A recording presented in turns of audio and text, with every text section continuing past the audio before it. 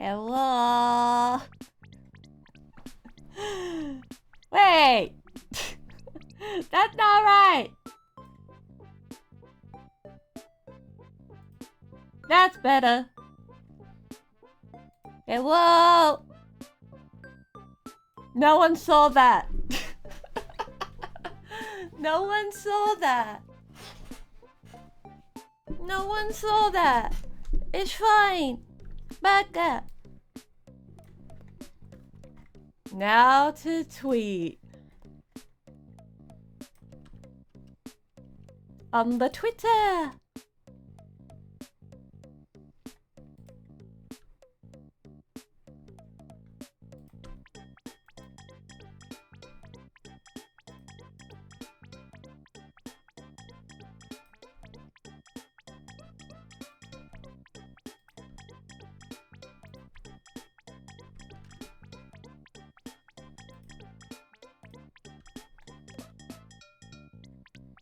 Hello. Hello. It's back.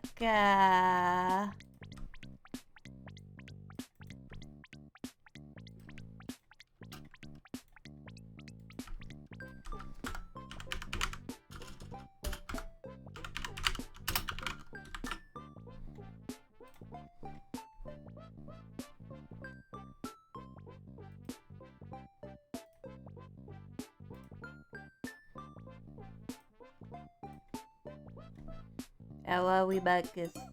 How are we buckers?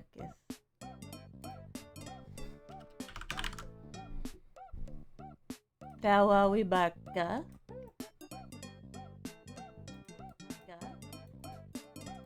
Hello? We're starting soon. I'm 3D modeling today.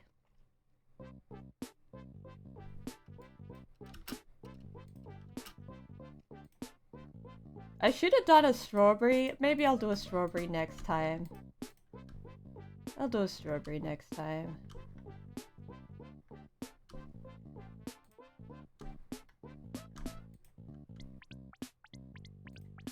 I'll add those emotes. Hang on. Yeah.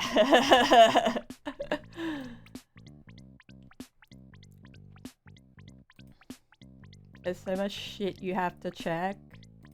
There are so many things that you have to check.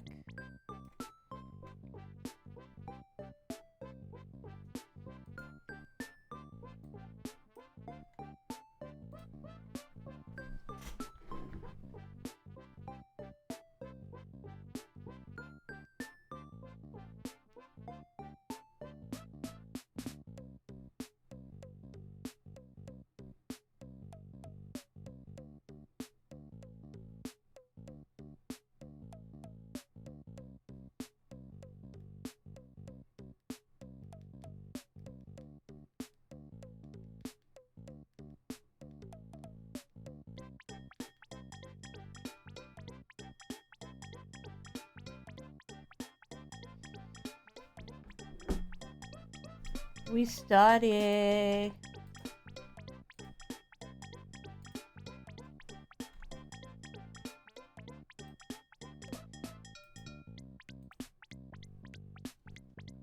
There's my drink.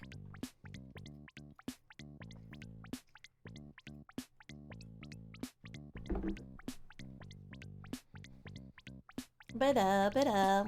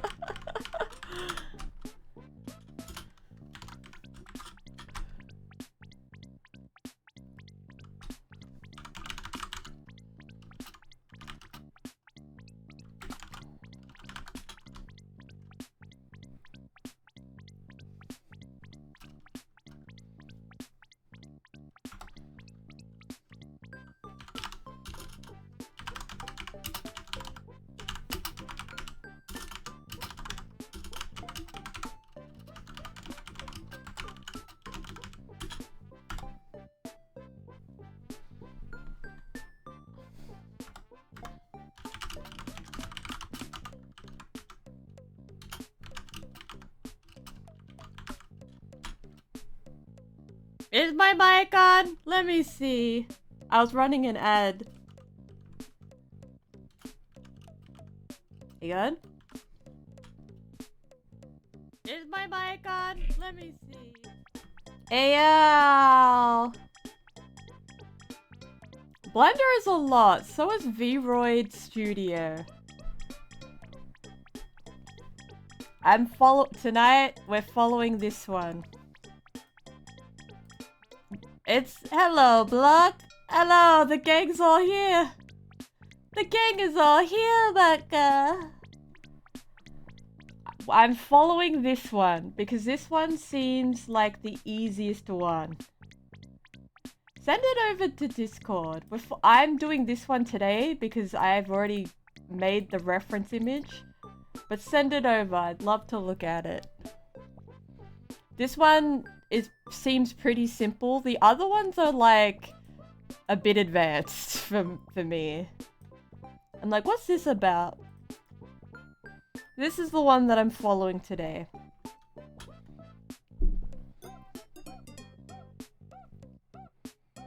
I can make donuts. Hello again. I'm going to make a mushroom today. I'm going to try and make a mushroom today. I'm not that good at Blender. This is like the first time I've actually like seriously looked at the software. I'm going to be making a mushroom with the grease pencil as well. I know you're like a 3D extraordinaire, Hagen. I'm gonna need help. I'm gonna be making a little baka mushroom. Nah, I'm gonna make a mushroom first. CSGO! Nah.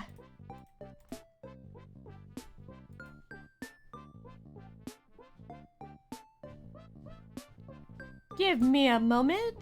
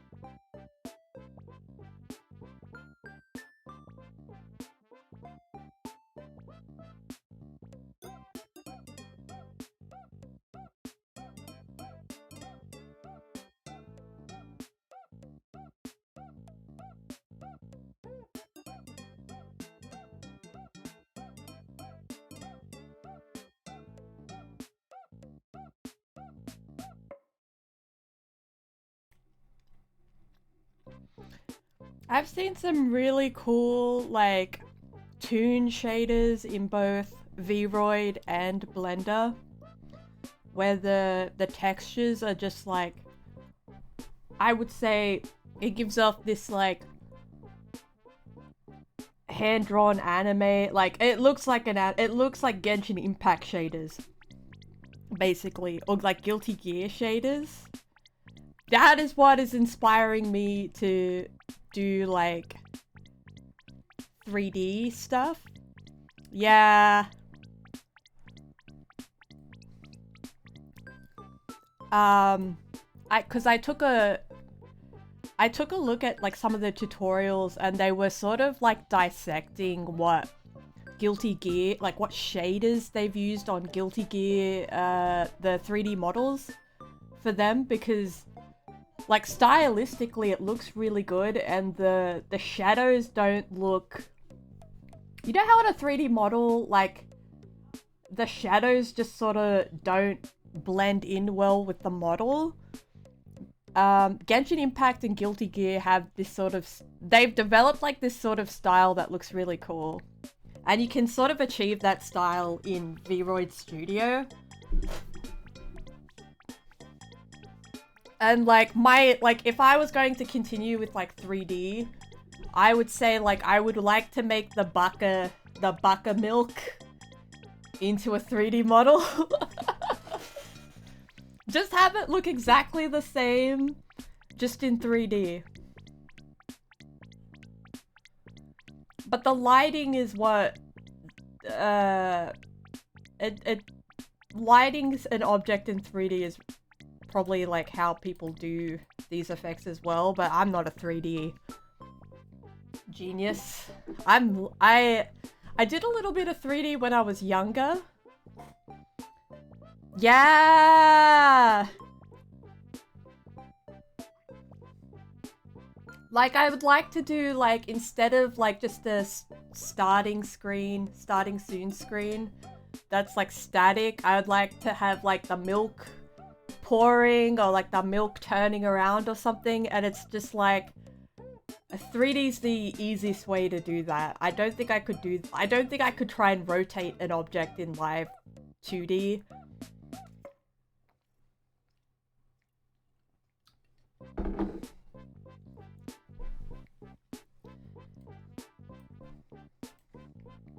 I'll show everyone the tutorial that I'm going to do. I'm going to do this tutorial. Right there. This tutorial by Tip Tut. Tip Tut. I'm gonna open up the Discord. Oh shit! Did you do this? Did you do this?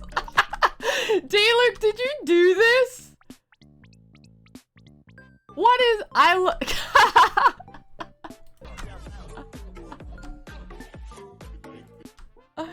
You fucking legend! I love it! That's so sick! I need to make myself into a 3D model so I can just do that dance.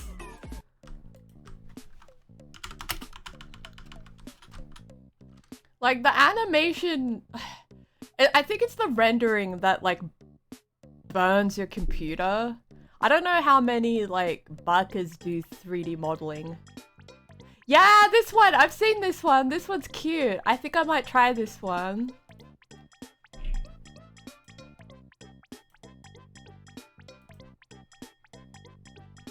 I'm going to try and...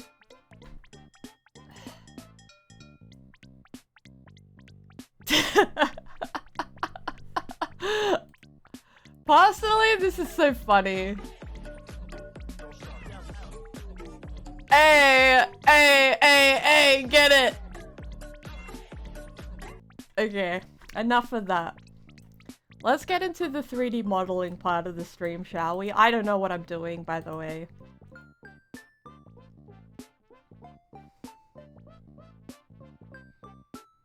I think because I've seen a little bit of her work, and I think she knows how how I think she's doing like nodes, like procedural node stuff. But I'm gonna try this tutorial.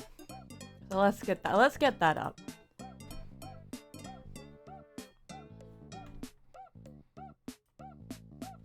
I've got so many windows open. Alright. That can go.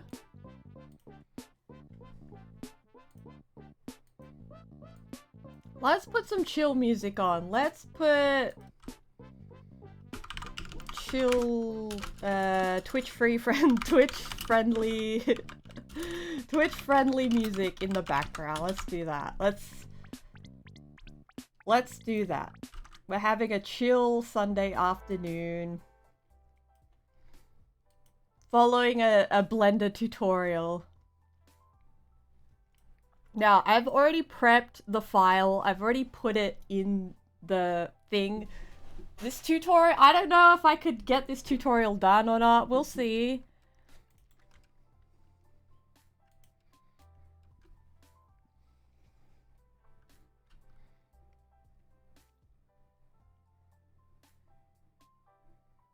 Let's get this starting soon. Yeah! Hello, welcome!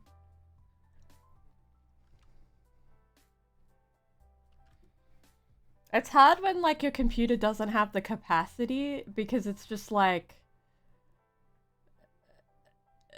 a 3D rendering is a lot. All right.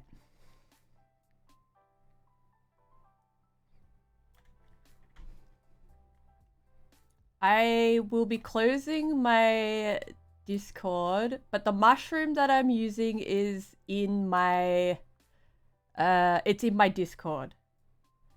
So you can you can save this and use it for your own 3D modeling things. It's free to use. You could use it as well. It's a little mushroom. Because I made this mushroom for the sole purpose of 3D modeling. Alright. We have the mushroom. They're so mushy!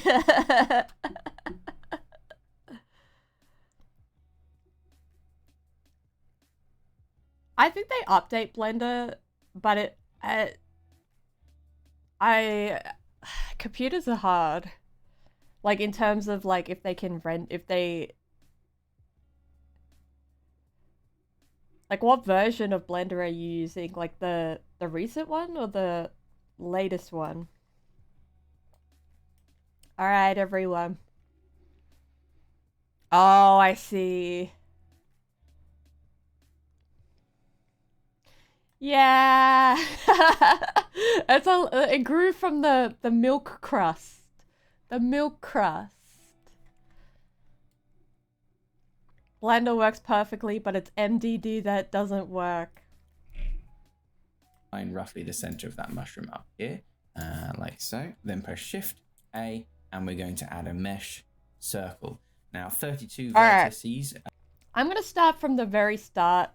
Don't mind me if I'm going to be repeating the steps, just because this guy is so fast.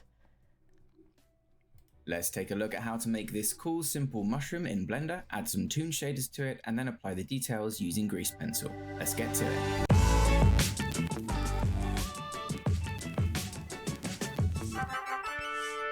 Tip Tut. Hello everybody and welcome back to Tip Tut and welcome to another Blender tutorial. Today we're taking a look at creating this cool mushroom inside Blender with some toon shaders, some Grease Pencil details, and just generally a little setup to create your own cartoon backgrounds for your animations in a very cool cel shaded. I think this was the easiest tutorial to follow, just in terms of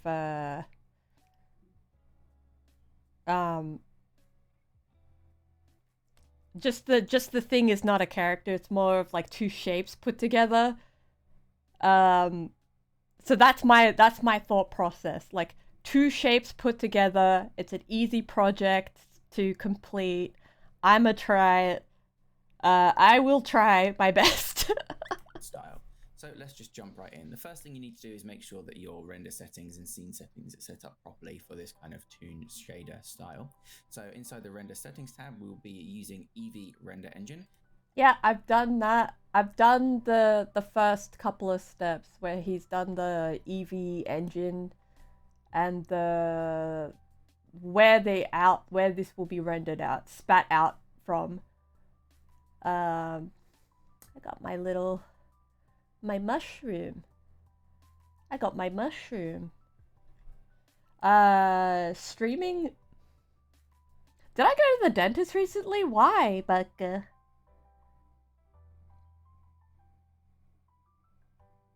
Oh, mute the video? I didn't go to the dentist recently. Why?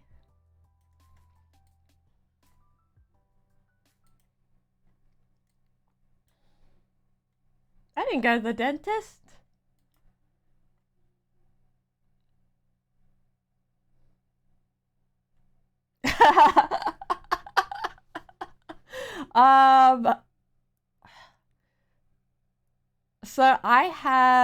So do you remember when I was sick, like for a month straight? Like when I was sick for a month straight, Harlock? I haven't gotten rid of that cough. I still have that cough. It's flaring up in the wintertime. So my voice probably sounds a bit strange. Just due to that. I have bread in my cheeks. Oh no.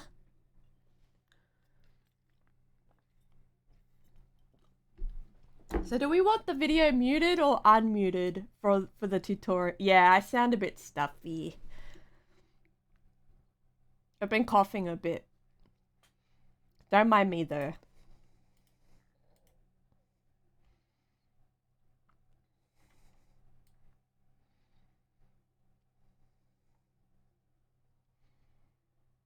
Okay, wait, I fucked up. I have to go standard.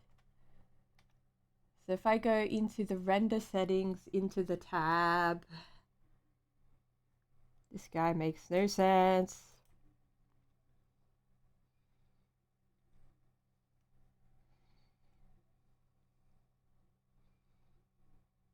Alright, so I go into color management.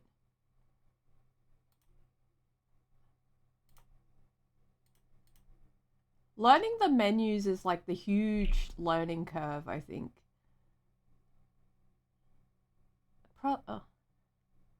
What button did he press? Oh my god. What menu is he in? Oh, it's in the render settings. And then we're going to go to Eevee. And then we're going to go to color management. And then we're going to change it to standard. That's right.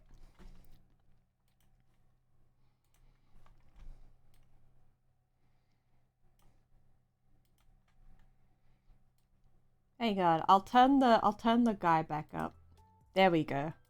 Blender has, I think like learning Blender was really hard at that time because like I remember I was learning a little bit of Maya in 2013 and like the documentation on those softwares was a bit like on Blender itself as an alternative was still in development, but now after a few years it's like we have more, like it's easier to learn because it's a bit older. Alright. Opposed to filmic.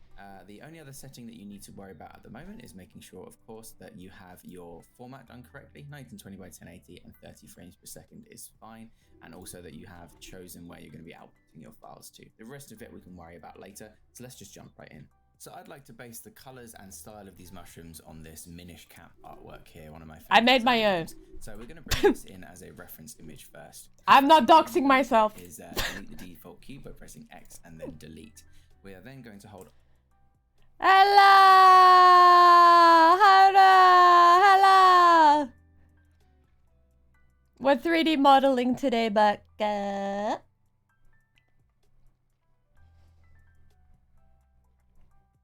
Alt middle mouse button and flick to the right so we can get to front orthographic view. You can also click. We're learning how to make a baka mushroom. I'm trying to learn how to make a baka mushroom with this tutorial. This icon up How are you, baka? here instead. Then let's just press Shift A and then bring in a image reference. Yeah, I hope my computer doesn't melt because I've got OBS, Honk, I've got some browsers opened, I've got Discord opened, and then I've got this 3D software open. You need to do it from the angle that you want to bring it into because it will be aligned to that angle. So we will just choose our reference image and load that in. Let's just scale that up a little bit. Okay. And we'll move it upwards so that the mushroom's base sits on the ground line. And we're going to go to our image options here and apply opacity and just drag the opacity of that down a little bit. And that's looking... Let's go, King.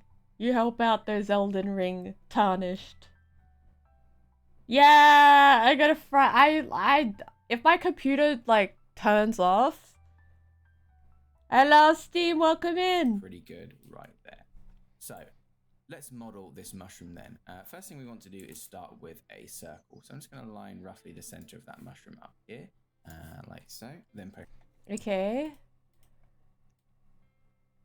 I need to line the mushroom up.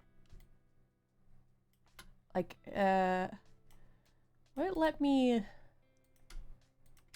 I need to line the mushroom up. Like, center it on the canvas. I just, like that. If I click the hand. Like that, like so. Oh, okay, I'm moving the canvas. But I want to move the... I want to move my mushroom like that.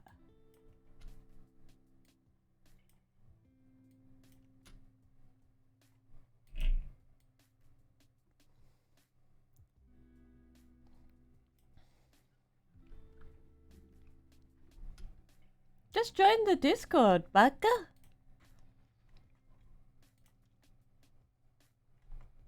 You joined today. I don't know if my Discord is actually kicking people because when people join, they should be they should just stay, right?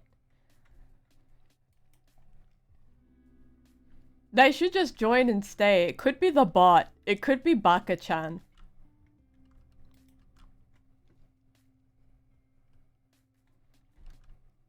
But you should be able to join and then just go into the... Ah, you need to click on the rules, maybe.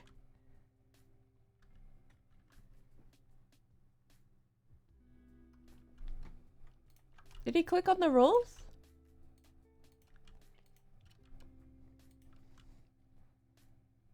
No one was kicked, yeah. I think you need to click on the rules when you join. So go scroll, read the rules, scroll all the way down, and then grab your baka milk to enter the cafe. And you should be able to click it. What? Wait, I can swear again! But that should be that. I don't know why it's kicking anyone. It could just be Baka-chan acting up. Alright. Okay, I've centered the Baka shrew. Shift A and we're going to add a mesh circle. Okay. So I'm going to press Shift A. And then we're going to go mesh circle.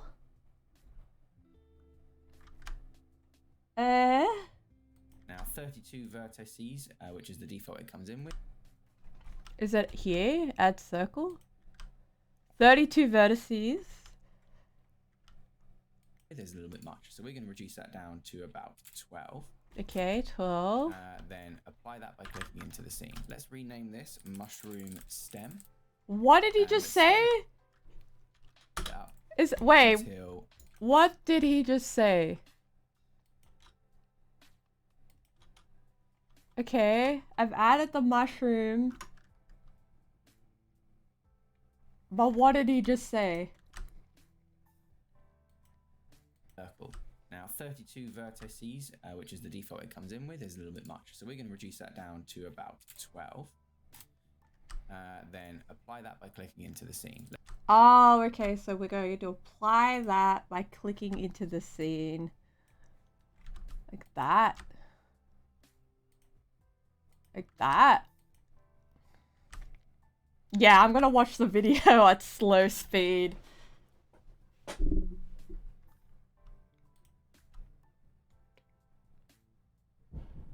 Okay.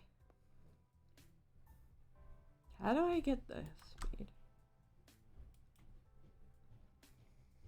Let's rename this mushroom stem. Alright, mushroom stem.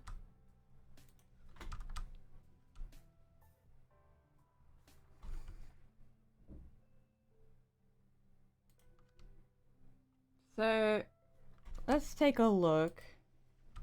And let's scale it up into...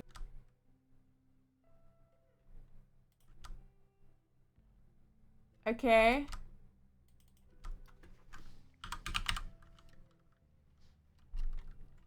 Mushroom. This might not be a very, like, talkative chat because I'm following a guide. Yeah, that's the thing, like teaching this requires teaching the interface, and I think a lot of 3D teachers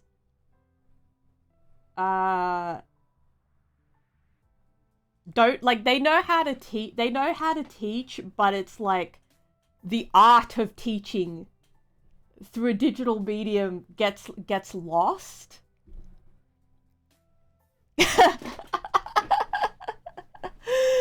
My brain is foaming. Okay, I added the thing into the menu, and I'm gonna change to Spoku. Like that. And then I'm gonna change to Bakawichuk. Just like that.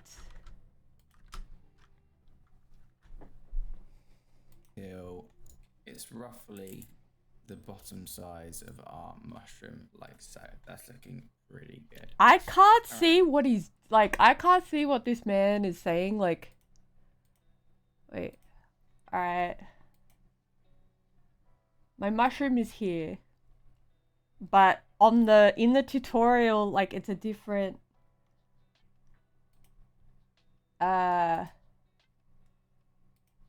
It's a different view. Like, I'm in a different spot in the menu.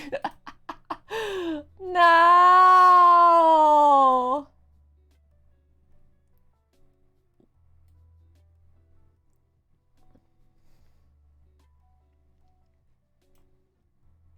He's on the y-axis, and I need to be on the y-axis.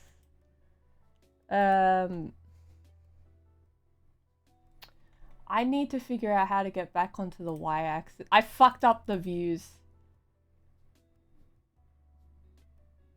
I think this is why I stopped learning Blender, because, like... Oh, fuck. I just need to get back to the orthographic view, which is elsewhere. Why am I like this? Hang on. First thing you need to do is make it fine. You can also click this icon up here instead. Then let's just press Shift A and then bring in Zelda games.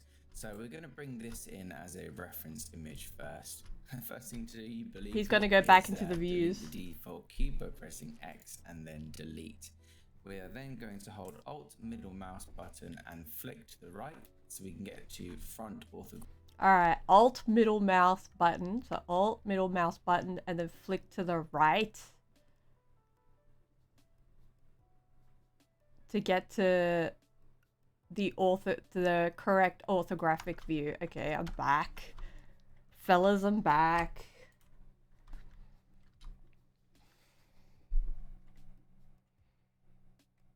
Thank you, Hagen.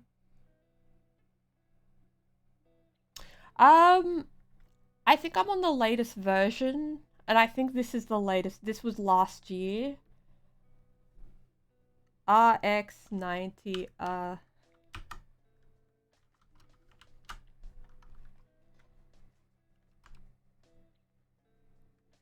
okay. Graphic view, you can also click this icon. Not yet, Bucka.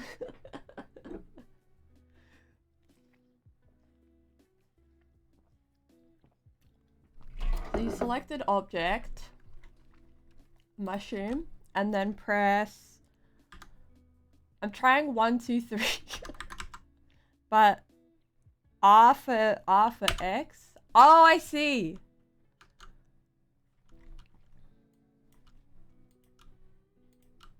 Okay, I see. But that's moved. Okay, I see. Excellent. We've got the mushroom. One up here instead. Then let's just press Shift A and then bring in a little bit much. So we're going to reduce that down to about 12.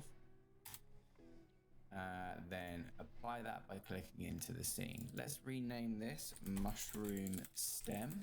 Okay. And scale it up until it's roughly the bottom size of our mushroom, like so. That's looking pretty good. All right, so let's tab into edit mode, and if we come out of orthographic view, you can see the size of our circle at the moment. And we just want to start extruding this upwards, but first let's press F to give it a face on the inside of this, then press extrude. Give me a minute. And release just about a little bit further up. What? Orthographic view. What is he saying? What is happening? We said tab. What is? Oh my god. Egg salad, correct. What is this man talking about, okay? Then apply that by clicking into the scene. Alright. We're learning, we're growing together.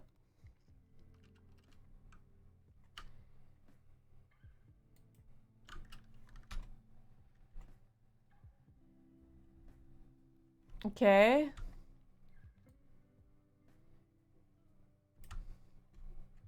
Go into the edit mode. We're in edit mode. Just like that, we're in edit mode. Let's rename this mushroom stem and scale it up until it's roughly the bottom size of our mushroom, like so. That's looking pretty good. All right, so let's tab into edit mode. Okay. If we come out of orthographic view. All right, so we're tabbing into edit mode. Let's press tab. I'm into edit mode, yes. Okay. And we're out of... how do we... Wait. How do we get out of orthographic view? Like that? Like that?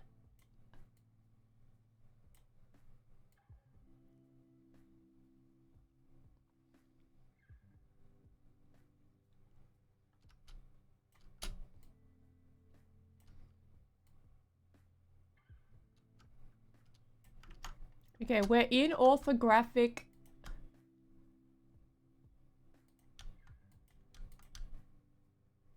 He said, okay, he said tab. You can see the size of our circle at the moment. I can't see shit. Like that? How do I get out of orthographic view? Hang on. This is how I learn, by the way.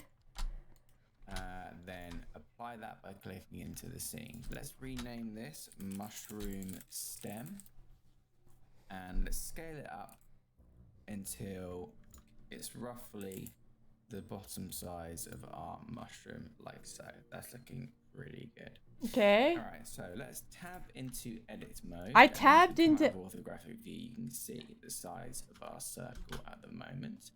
And we just want to start extruding this upwards. But first, let's press F to give it a face on the inside of this. And then press extrude.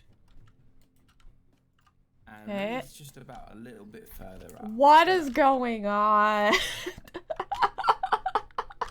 Oh no! Hang on!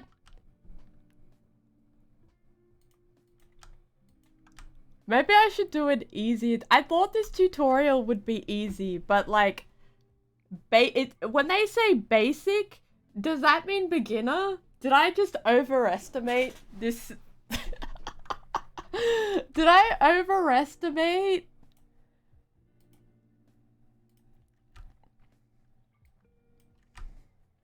I'ma try. Okay, so edit mode, object mode, edit,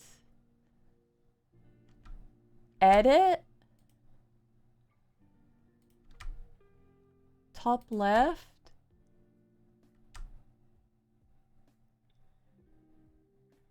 Yeah, I think this is like more advanced than I thought it was. Like I thought this was going, like I thought he was gonna walk us through like the menus as you went through the project. All right.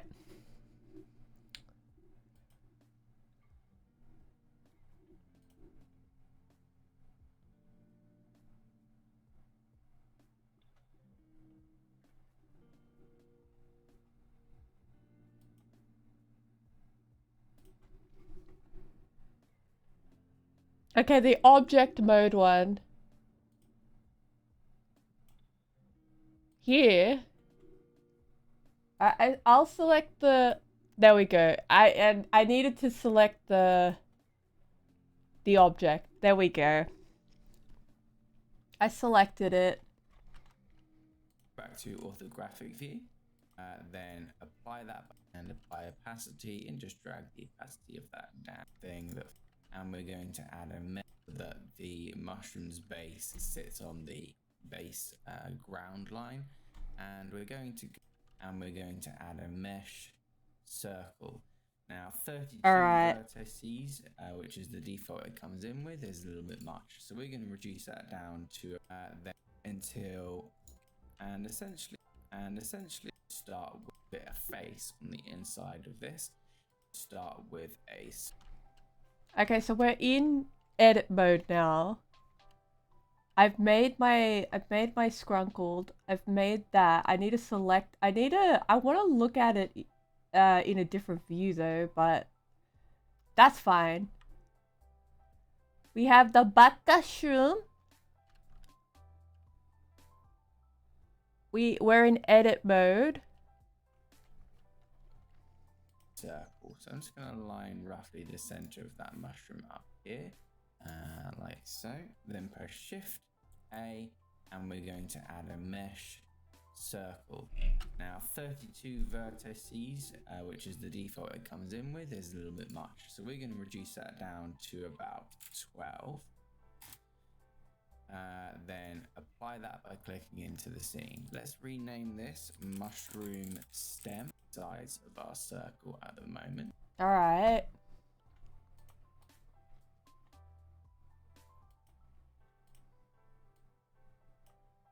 I'm still in orthographic view. If I change that to global, maybe, but this is fine. Like the viewport is fine.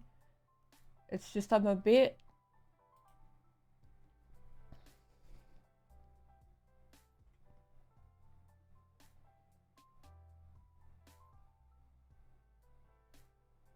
It's fine. And we just want to start extruding this upwards. But okay. First, let's press F to give it a face. Alright. So I'm going to click on this.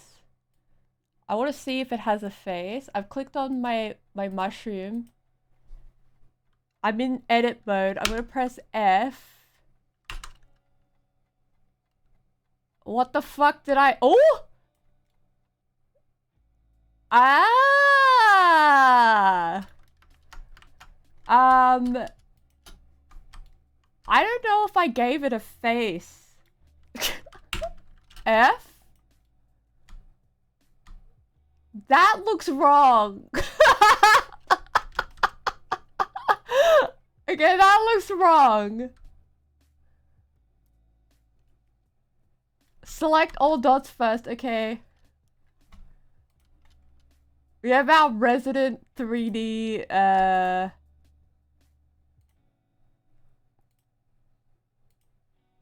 King in the chat.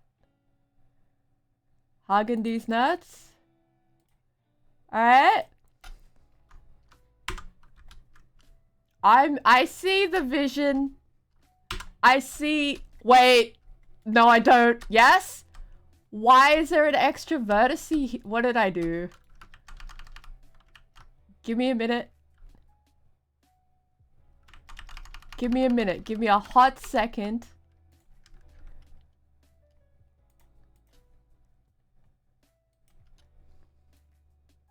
Like that. Boom. Yeah, there we go. Triple click. Let's fucking go, gamers. Let's go, gamers. Alright, that's done. That has been did. She's been done. Alright. Base on the inside of this, and then press extrude.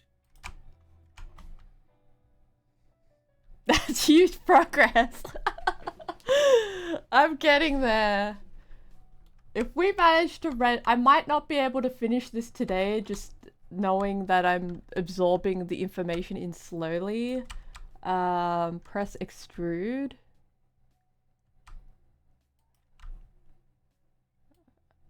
Oh! Oh! Like that?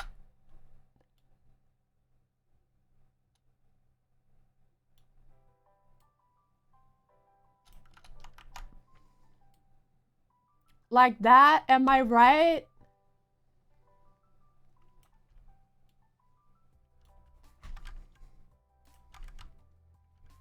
And release just about a little bit further up. Let's go back to orthographic view. And let's press S to scale it up. And essentially, we're just going to keep extruding. Hang on a minute. Oh no. Okay.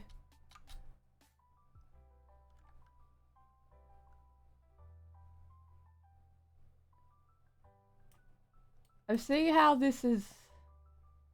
I see the vision. I see the... sort of... Okay, XYZ. How do I get into orthographic view? That's my question. Hotkey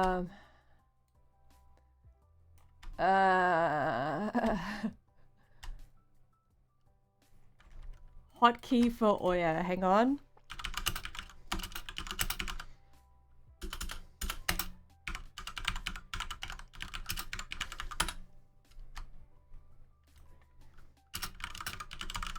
In Blender. So it's number pad 5.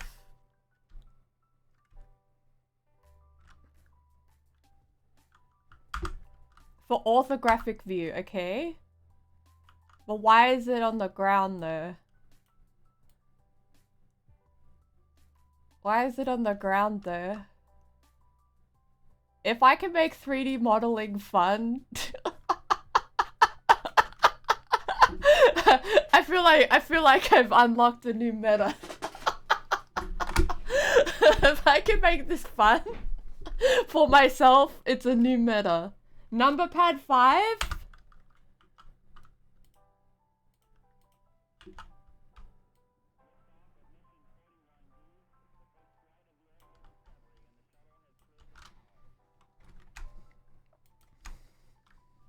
Okay. and scaling with E and S. How are we scaling with E and S? Ah?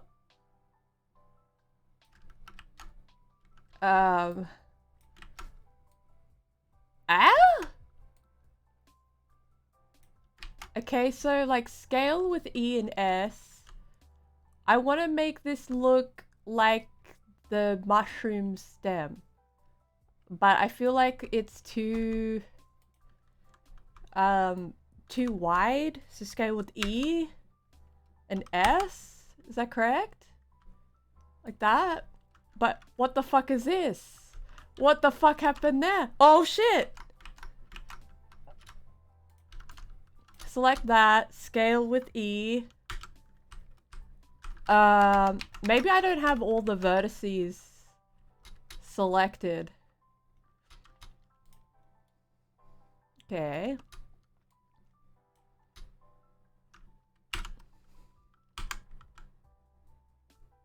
This is okay.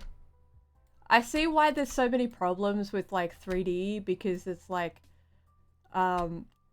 if you don't select the correct, if you don't select all the vertices, like these ones weren't selected, you're in trouble. If you miss a vertex, you fuck up your whole entire model, right? Is that correct? So I need to make sure that these are all selected properly. Use the right click on things. Ooh, okay.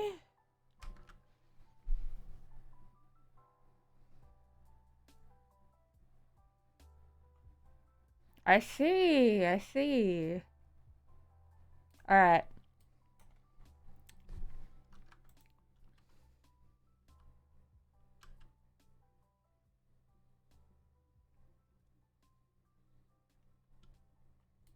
Okay. Wait, I need. Oh no, these weren't select. How do I do like a select all? Like I select every single thing, because like when I select, it's not selecting all of it, and then press E, and then press S, and then it's. What the fuck is that? A for select all. Okay. And then E. Why did I make two? It's E and S. Like E and S for. Alright. A. Yeah. E. And S. So there should be a select all adjacent vertices. Do I'm rating this tutorial as like it is not base, it is a basic model, but it's not beginner. It's not for beginners. Like I should have chose a beginner tutorial. So this is my bad for misreading the basics. All right. So select A and then E, S.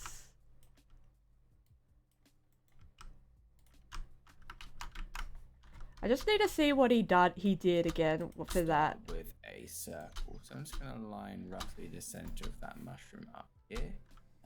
Like so. Then press Shift A and we're going to add a mesh circle. And press Extrude. And release just about a little bit further up. Let's go back to orthographic view. Yeah. And let's press S to scale it up. And essentially, we're just going to keep extruding and scaling with E and S. Oh, I see now. Something that follows roughly the shape of this. Why is it breaking off into a separate thing though? Upwards. And although we can't What's see that about? Why am I making multiple? Why is there multiple things? Like that. And of course there is already. Why was there multiple things? Like I extruded.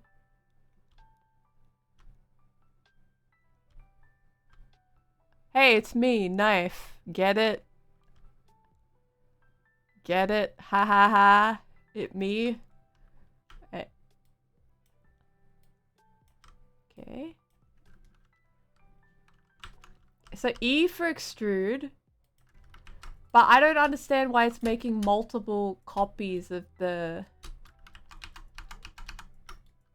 thing, okay? Imagine being a 3D artist. Imagine being a 3D artist. Imagine being Hagen. Can't do it. I can't do it. Wait, I can do it.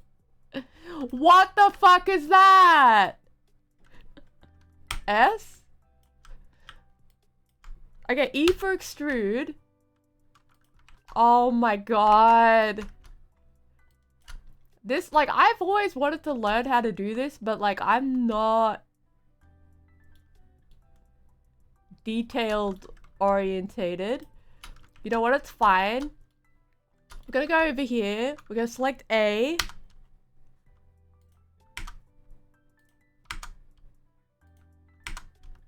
Okay, it's not selecting the vertices though. That's the thing. Like, I just want to select every single vertice that's... Hang on a minute. Is there two? Is there two things in here? Do I need to start again? Did I already fuck it up again?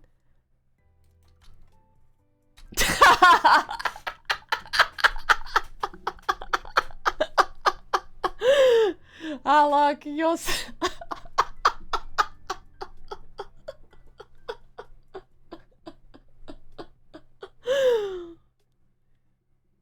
Okay, so extrude will base on what you select, so you only need to select the upper dots. I was selecting all the dots.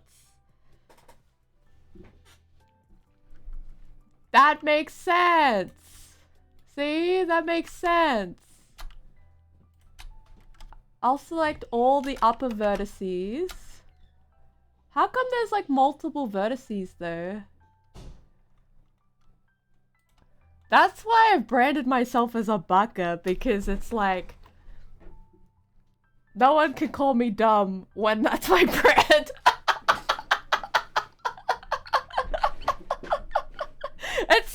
It says on the tin that this is Baka Bucks.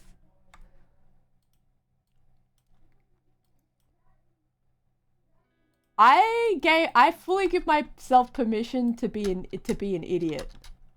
That's how I learn things. Okay. Alright. So we're gonna select the top vertices to extrude them. I have no shame in being bad at this.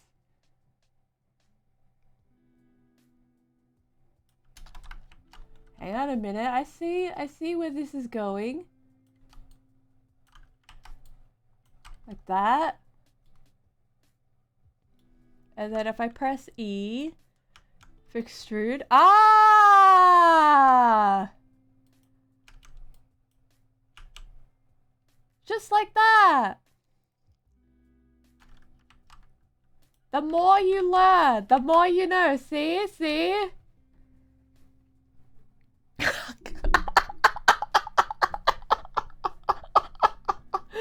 Look, I love Patrick. I am basically Patrick when it comes to learning something.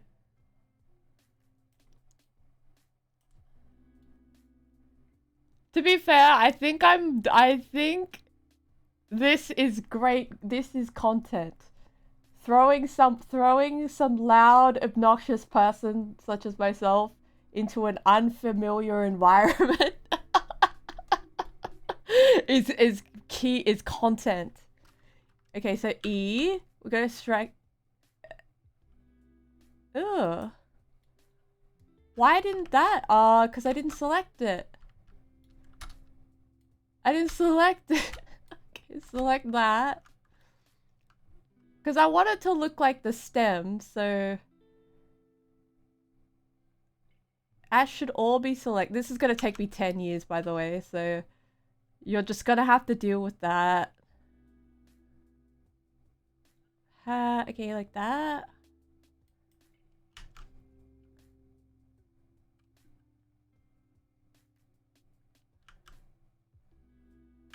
Okay, like that.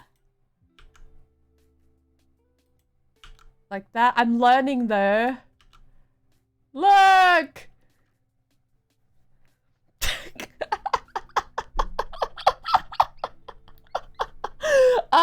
It's basically that. But I think it's like, it, like, you know when you get too comfortable with something? Like, you get just too comfortable and then it becomes like like the element of surprise is keeps you on your toes, you know? Like, it keeps you scared.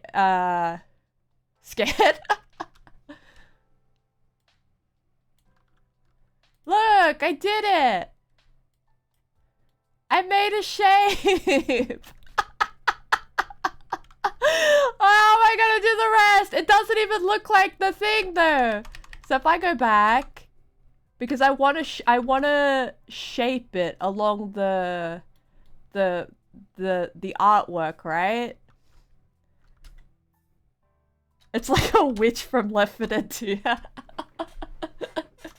Because I think like if I get good at this, I think like my end goal would be to make a baka for Left 4 Dead 2. Like put myself into Left 4 Dead 2 as a mod. I would love that. But he said S for okay. That is okay. I'm gonna press E. But then S. Like that. Oh. I see.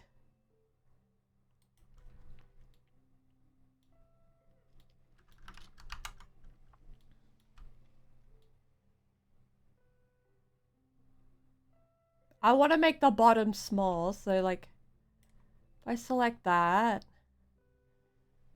and then S, I fucked up the geometry. Okay, let's try again.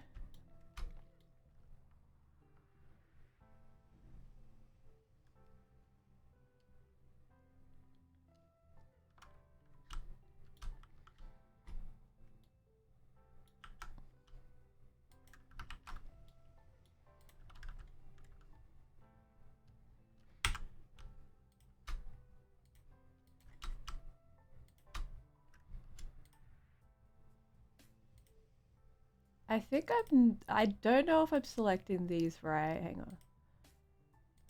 Because like these edge piece, I want to make the bottom part smaller, if that makes sense. So I've got to select all these vertices like that.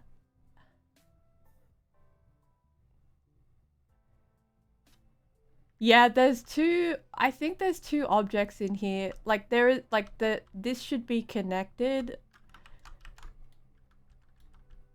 But for I'm not sure.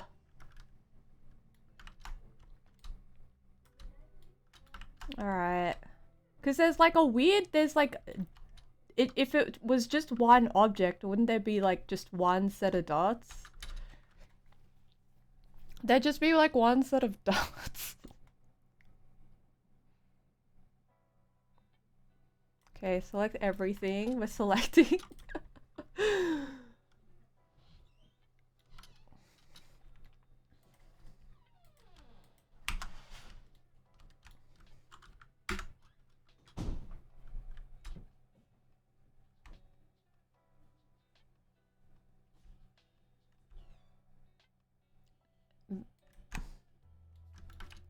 Okay. Click the E. Yeah, there's another object here. Wait, no, that's not it. That's just like a double extrusion. So I need to just... How do I delete something?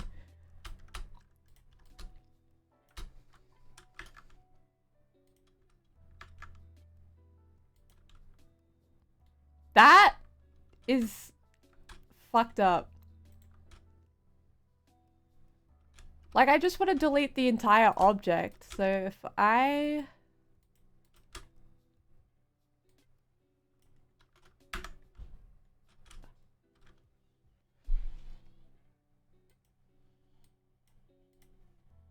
How do I do this? Alright. We need to delete.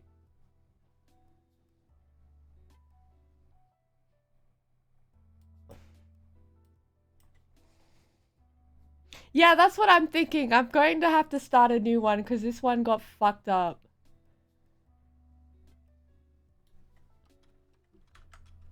It's just if I... I'll click on the object. I'll delete. Okay, we've got that. We're gonna tab to object mode.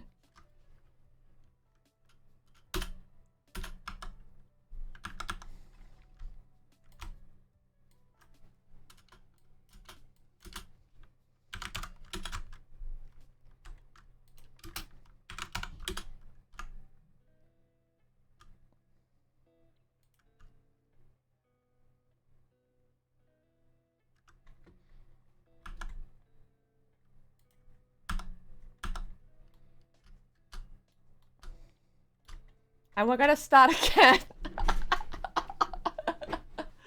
We're gonna start again.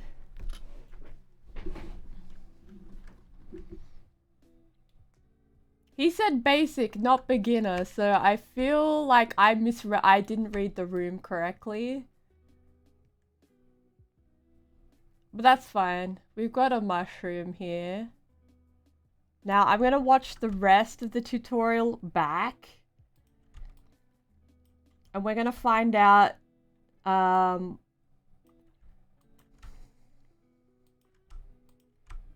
right in.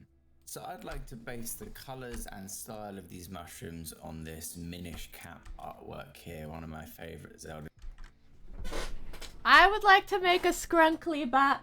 That's what I'd like to make 1 year from now. A scrunkly bat. Oh, like a VTuber model? I wouldn't mind learning a VTuber model. But this is but learning the basics is important. As a reference image first. First thing to do, you believed it, is delete the default cube by pressing X and then delete. We are then going to hold Alt middle mouse button and flick to the right so we can get to front orthographic view. You can also click this icon up here instead. Size of our circle at the moment. A bit of face on the inside. Start with a circle. So I'm just going to line roughly the center of that mushroom up here, like so. Then press Shift A, and we're going to add a mesh. All right, we're back to square one. So Shift A.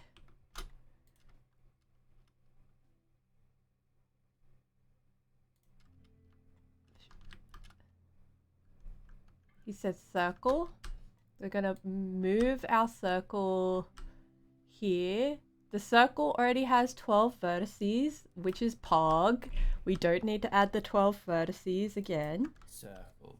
Now 32 vertices, which is the default it comes in with, is a little bit much. So we're going to reduce that down to about 12.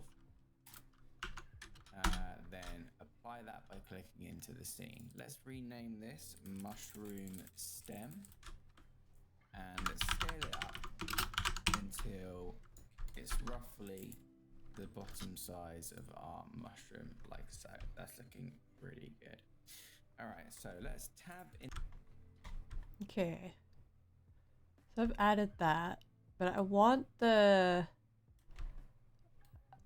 change the view because this is not the same view as the tutorial. So I'm guessing I'm just gonna... Okay. I'm in orthographic view already.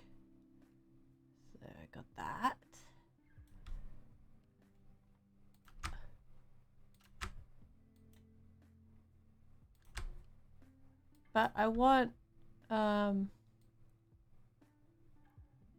my mushroom to be like that.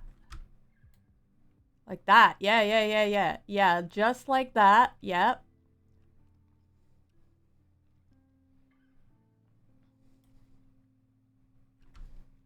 Okay, and then we are going to continue the rest of the tutorial.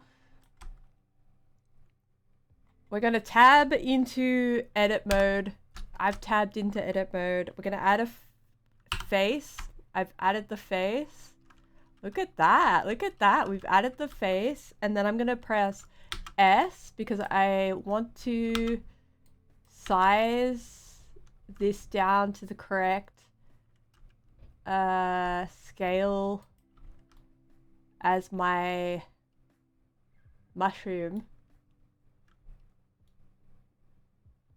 I'll go back, press Alt middle mouse. But it's not perfectly straight on the canvas because I don't know how to use these camera views, unfortunately. Unfortunately, I don't know how to use these. I don't understand the concepts of camera view. That's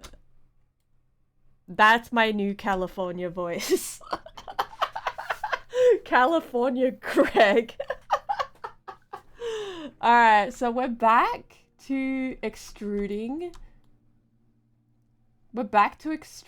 I just kind of want this to not be so awkward, like with this camera view, but like I just don't know how to. I'll figure that out. I need to figure that.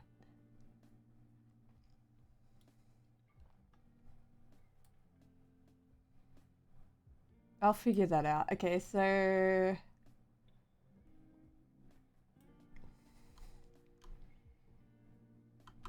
yeah, scrunkled blender. Like this, I think for a first mushroom, this mushroom's gonna be a bit scuffed. So press E. So I'm going to select all the vertices. I'm gonna press E and I'm going to extrude up like that. I'm going to extrude some more. I'm going to extrude some more, but this time it's going to be like a little not like that. Not like any of that. You like that. Yeah, like that a bit. Like that, yeah. But then S, like just a little, it's not gonna be 100%, but just like that. Just like that, we're extruding.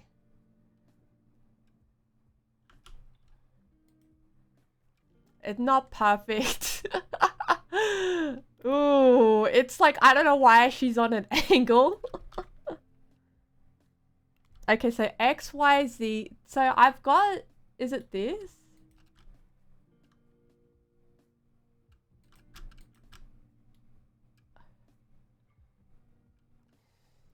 Top right, I said it. That's all right. Top right. X, Y, Z.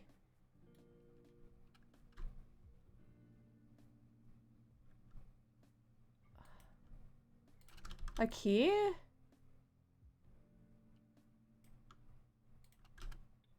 I see. I see. I see. I see now. I see. Like that.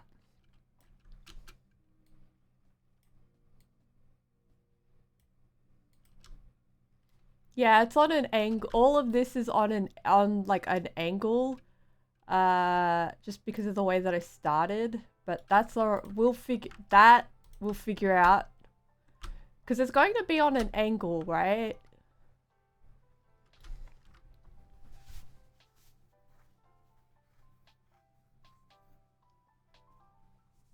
Look, even if we just get the mesh, even if I just learn how to do the mesh, I can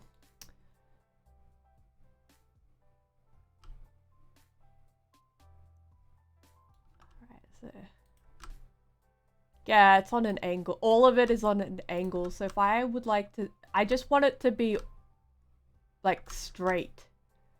I modeled it on an angle.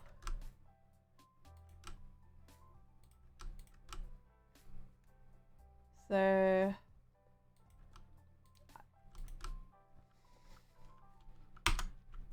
if I select that, right, it's on an angle. Wait.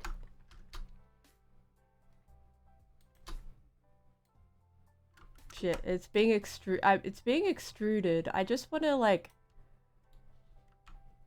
I could start again, but I just wonder why that happened. Like, I just want to figure out why that happened. Like, why that the mesh got sort of tilted as I extruded. Like, that is something that I should be careful of.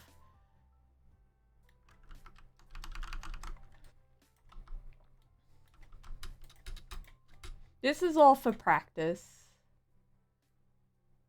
So I'm just the reason why I got so interested in this is because it's like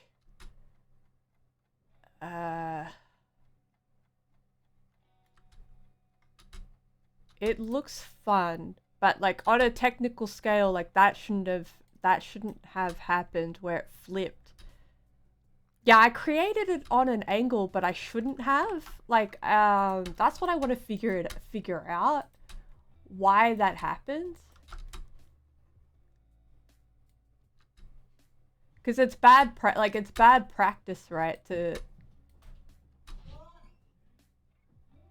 I'm just trying to figure out what happened there.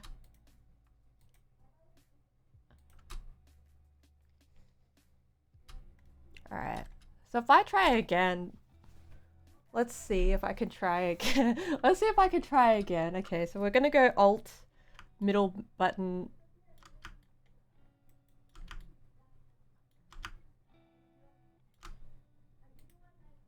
Like,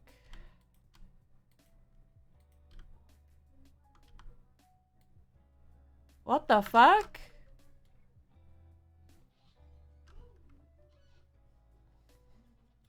Okay, so R.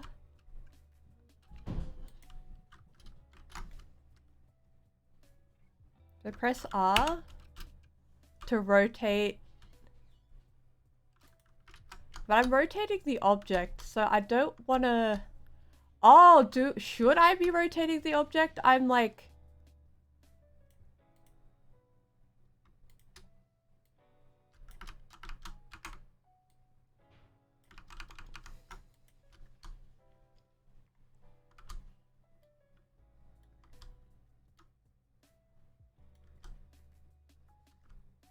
Alright, let's see. Because I'm gonna delete the stem again. Because I want to learn this as best practice as possible. So R, press... Because it was like Alt, middle mouse, to get into like those orthographic views. Like that, right?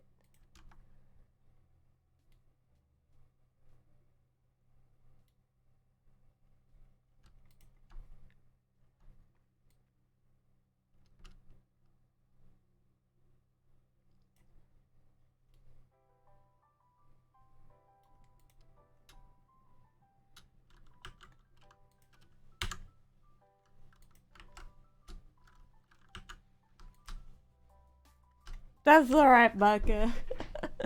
Thank you for coming along.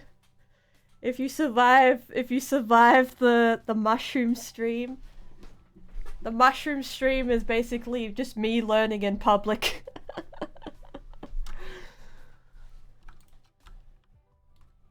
Little mushroom Maka.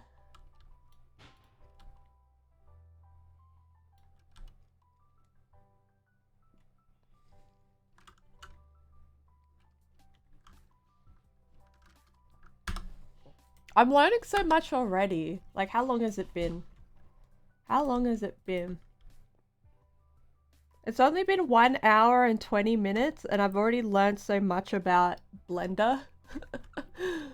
I think it's actually fun to, it's actually better to learn in public because it's like, it forces me to follow through.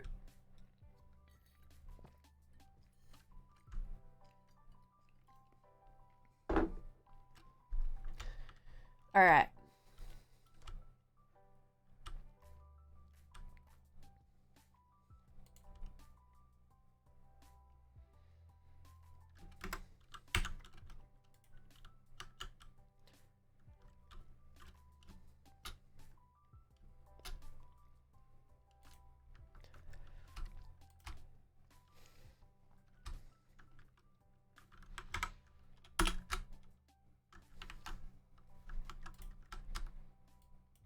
Okay.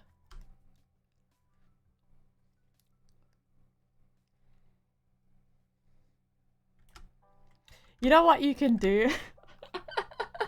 I learned that people can pay to get their videos onto like Times Square. And I was thinking like if I can pay people can fully pay Times Square and they'll put the video up. So I'm thinking like I've got the 8-hour BRB song. Like wouldn't that be sick if the BRB song played in Times Square in New York? That'd be hilarious. We be right back after I do something. Lmao. And that's looking. The only other setting. Oh shit. Back a fundraiser? That you need to worry about at the moment is making sure of a image tab. You just want to make sure your view transform is set to standard, which gives us just a little bit more of a cartoony style as opposed to filmic. The only other setting that you need to worry about at the moment is making sure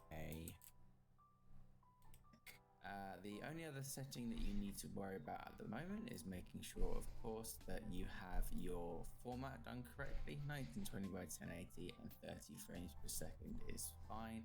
And also that you have chosen where you're going to be outputting your files to. The rest of it we can worry about later. So let's just jump right in. So I'd like to base the colors and style of these mushrooms on this Minish Cap artwork here, one of my favorite Zelda games. So we're going to bring this in as a reference image first. The first thing to do, you believed it, is delete the default cube by pressing X and then delete. We are then going to hold Alt middle mouse button and flick to the right so we can get to front orthographic view. You can also click this icon up here instead. Then let's just press Shift A and then bring in a image reference. Okay. You need to do it from the angle that you want to bring it into because it will be aligned to that angle. So we will just choose our reference image and load that in. Let's just scale that up a little bit. And we'll move it upwards so that the mushroom's base sits on the base ground line. And we're going to go to our image options here and apply opacity and just drag the opacity of that down a little bit. Jump right in. So and that's this. Illegally promote Baka. The Scrag. I'm promoting the Baka Bucks through Twitch. And my generous sponsors, my generous subscribers, my generous viewers is funding my Scrunkly Baka agenda. My scrunkled. Because I wanna the reason why I wanna learn this is so I can make the Baka Bucks cafe. I want to learn how to make I want to draw it, but like I think like I want to make like a 3D set of the Baka Bucks cafe. And I think like having a 3D model would help me a lot in terms of like if I wanted to make more like artworks and drawings because it's like a reference. Mushroom, that looks pretty nice. Let's That's looking pretty good. All right, so let's tab into edit, and that's looking pretty good right there. So let's model this mushroom then. First thing we want to do is start with a circle. So I'm just going to align roughly the center of that mushroom up here, like so. Then press Shift A, and we're going to add a mesh circle. Now 32 vertices, which is the default. Okay, so Shift A. So we're going to reduce that down to about The circle is already at then apply that 12. into the scene. What the fuck? Mushroom Okay, stem, Shift A again. and scale it Let's up go cube. into I didn't want cube. Shift A. roughly the bottom size. Circle! Okay, we got our circle. Pretty good. But my circle Alright, so is let's tab not into edit mode, and centered. from orthographic view, you can see I the want to size move of the it. circle at the moment. How do I move We something? just want to start extruding this. Why is it not? But first, let's press F to give it a face on the inside of this. And then press extrude. Alright.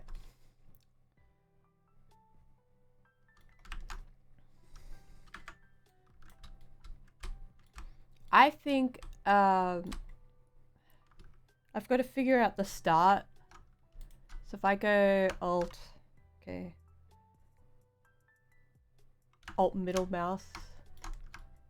Yeah.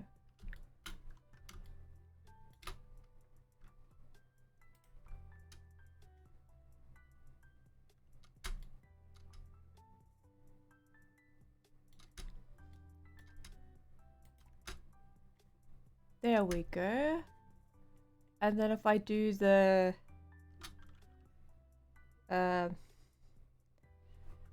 just gotta watch it back. Would you be interested in joining Buckabucks today? Illegally promoting my virtual cafe. And release. Yeah, I think I need to do like an actual beginner's guide because like I don't know how any of this shit works. I really thought this was a beginner guide. So maybe we'll save the mushroom for later. Because I think this is like basic. It's a basic like design, but it's not beginner friendly. So let's find another one. I do agree. I've opened the donut. Alright. We'll do the donut video.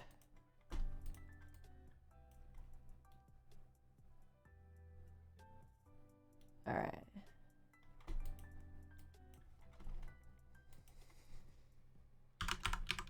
Beginner. We'll work our way up to the... We'll work our way up to doing mushroom on stream a bit later because I thought this was going to be like a super basic, but no. It's just about a little bit further up. Let's go back to orthographic view. Hello everybody and welcome back. Okay. Actually, let's learn the menus. I think I should be learning the menus and stuff. It's the Australians. Okay. Blender beginner.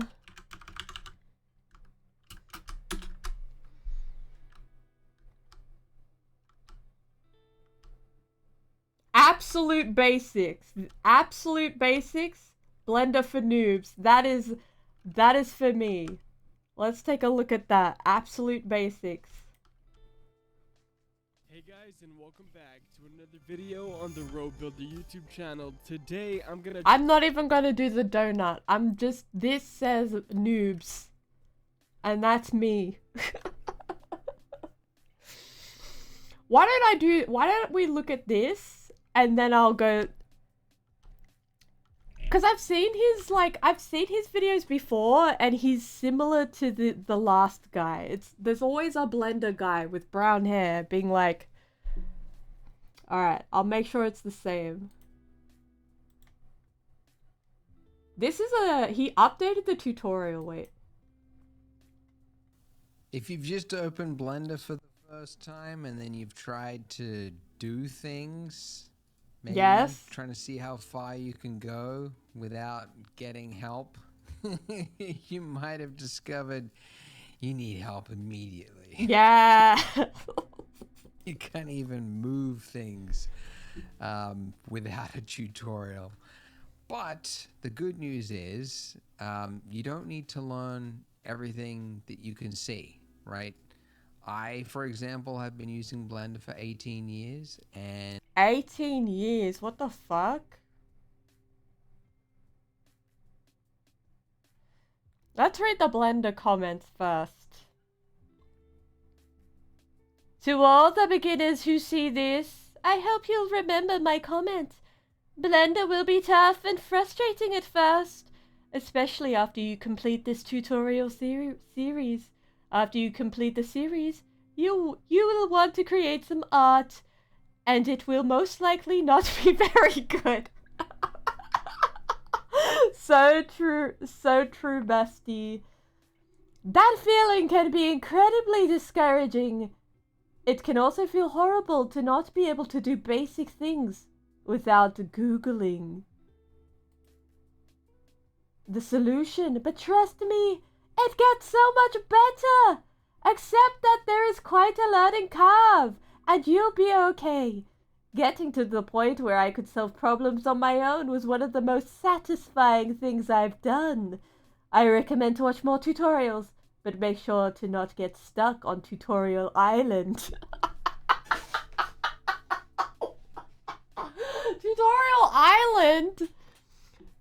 After a few weeks or a month, try to do your own thing, or put a cool twist on a tutorial. Have fun, and good luck.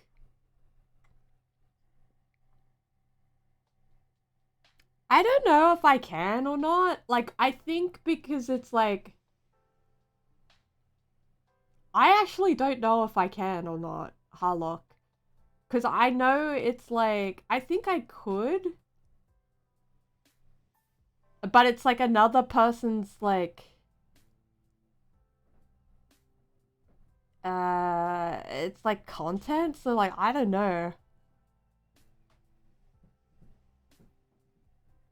There's a few things that I don't know about, like with Twitch TOS, like even with like, you know how some people use like Genshin Impact like music in their videos? Like, I don't know if that's the same thing. and I still have not touched some parts of Blender, like scripting. Never touched it. Because I don't need to for what it is. I think you have to turn it into transformative transformative content. Like, you gotta transform it in order to... But I'm doing the tutorial verbatim, so like, I don't know if that's transformative enough if I'm just like if I'm just copying it. Like, I don't know. I truly don't know. Watch it in German without subtitles. Is that I'm trying to do. This flies. I think it's fine too. I'm just like, I'm not sure about what they mean by like transformative.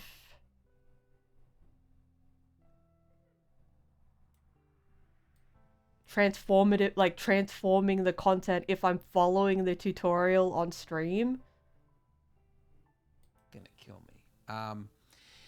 It's, if you're familiar with the 80-20 rule, I think there's really about 20% of Blender's features that you'll use in 80 or 90% of projects. And that's what I want to teach you in this tutorial series. And then, since I think doing is the best way to learn, along the way we'll also be building our very own donut, of course. I think he's so over this donut. I think he hates this donut.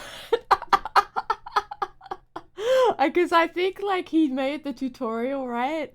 And then everyone was like, did I do the donut right? Did I make a donut? Did I make this dessert correct? Like hundreds, thousands of people like worldwide. And he's like, this is the thing that I'm known for now. Donut.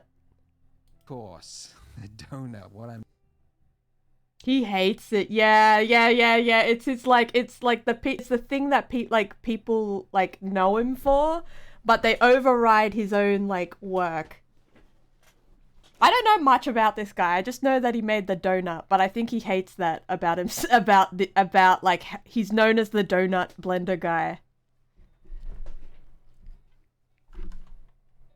known for. This is the third time I'm making a donut tutorial series. It's paying his bills though, so like I don't know. Every time Blender releases a new version, I make this series. So if you finish this full series, you will end up with a donut that looks very similar to this. So let's get started. This big window. Do I need to close Blender, start a new project? Let's start just a general. We won't save this. We won't save our mushroom, but we'll work our way up to mushroom. Don't save. We're in the default bullshit. We're in the default tutorial island thing. We've started a new project. We've got the thing. It's exactly the same as his. That you can see right here opened up. This is called the 3D viewport, and it's where you'll spend probably 90% of your time, because everything you need to visualize, whether it's an animation or an arc-viz or anything like that, it all happens right here. So by default, you can see you get 3 objects. You've got a cube. You've got what looks like a ball on a piece of string. That's a lamp. And then you've got a camera. This little, our camera, yeah. what would you call that? Like a triangle arrow looking thing. That's a camera, okay? You know the camera looks exactly the same as the camera in After Effects. Very similar to the camera in After Effects. This is our light. That's our camera, and this is our default cube, okay? That's good, I got that. Do it to render this.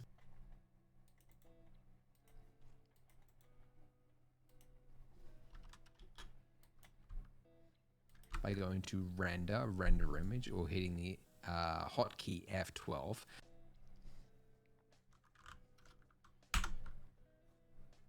Oh shit, I opened up the code, okay.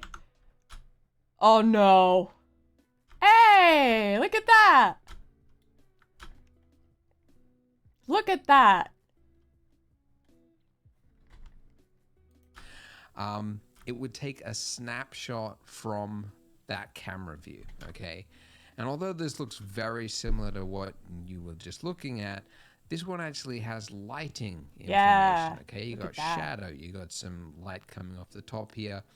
And if you had textures or materials and everything else, it would all be calculated, okay? So if you've already used other 3D software, you're already familiar with the concept, but this is one of the basic principles of 3D rendering.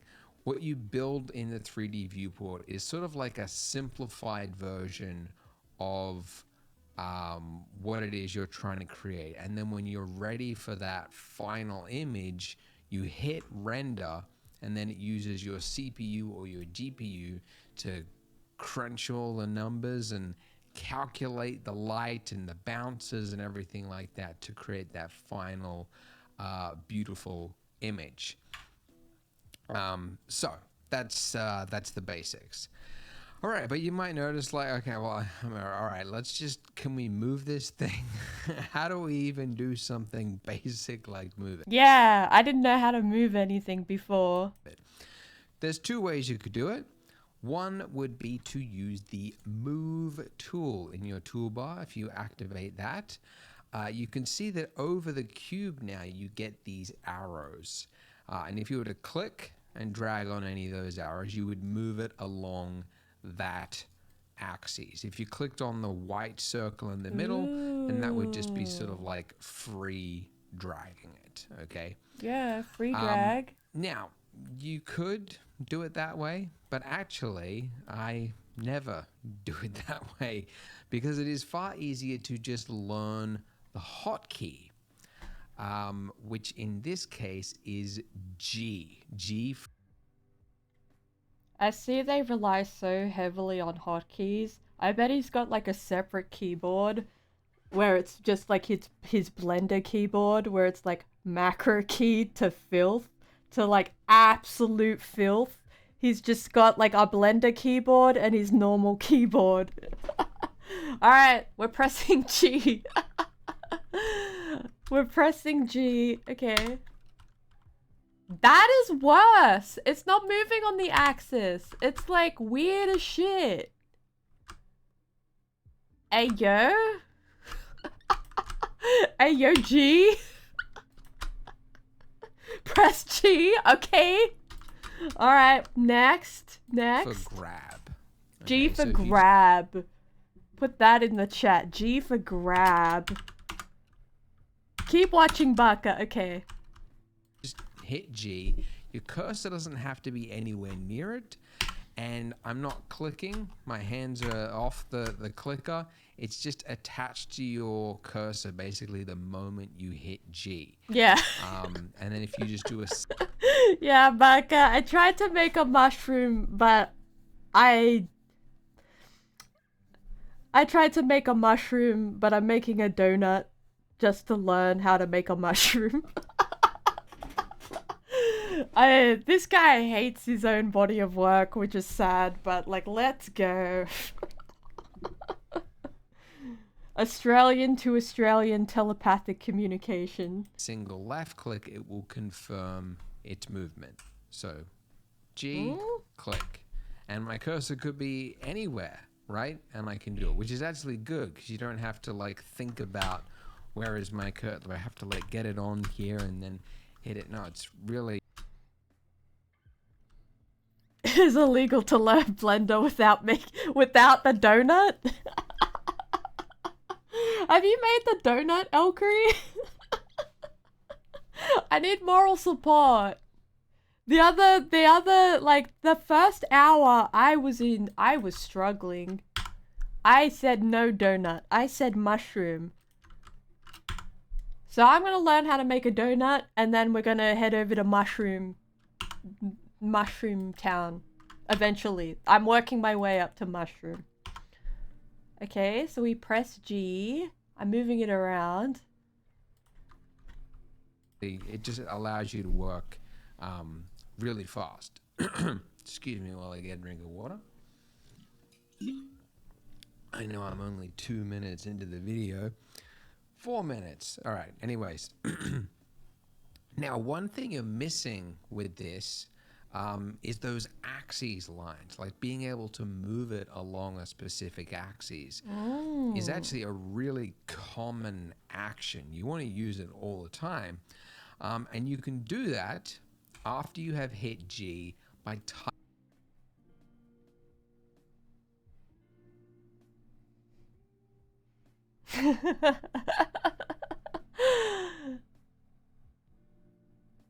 Yeah, you're probably really tired, Harlock. Head over to Spoku!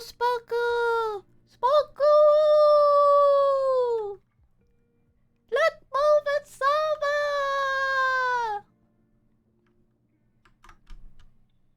Just like that.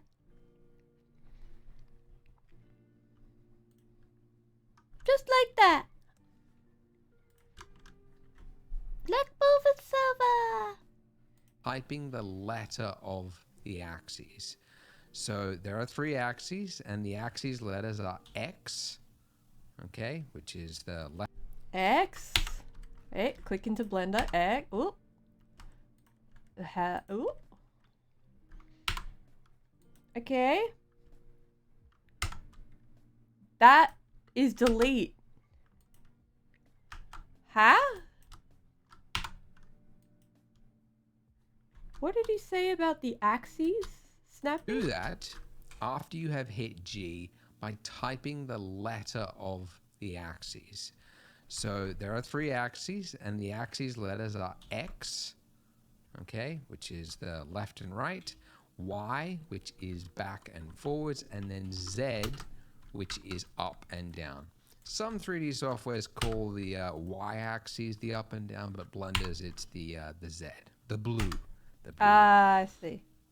Alternatively, you can also, as you're moving it, if you hold down on your mouse, on your scroll wheel, if you push in, that's called the middle mouse button, push in until it clicks, and just hold that, and you can see you get this little line that draws out, and then you can just drag it to the nearest line, nearest axis, and it will automatically snap to that, which is really handy. Pretty cool. Hello, Becca. Ooh, Vox Broadcast 404. I'm learning Blender. I'm learning 3D software. It is for the Bucka Bucks Cafe. I need to build. It's you, Val. You rebranded. I thought you were Val, cause you use Vox on your Discord. You're Vox, Becca. Voxy Val. Where did my cube? What the fuck? Where did my cube go? Okay, there's my cube. So if I press G, X. Oh, and it snaps. It snaps. I might need to take some notes. And I'll share those notes in the Discord, Becca.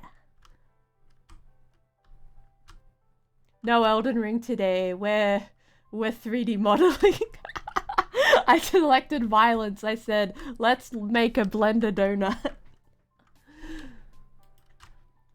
Okay, so G for grab.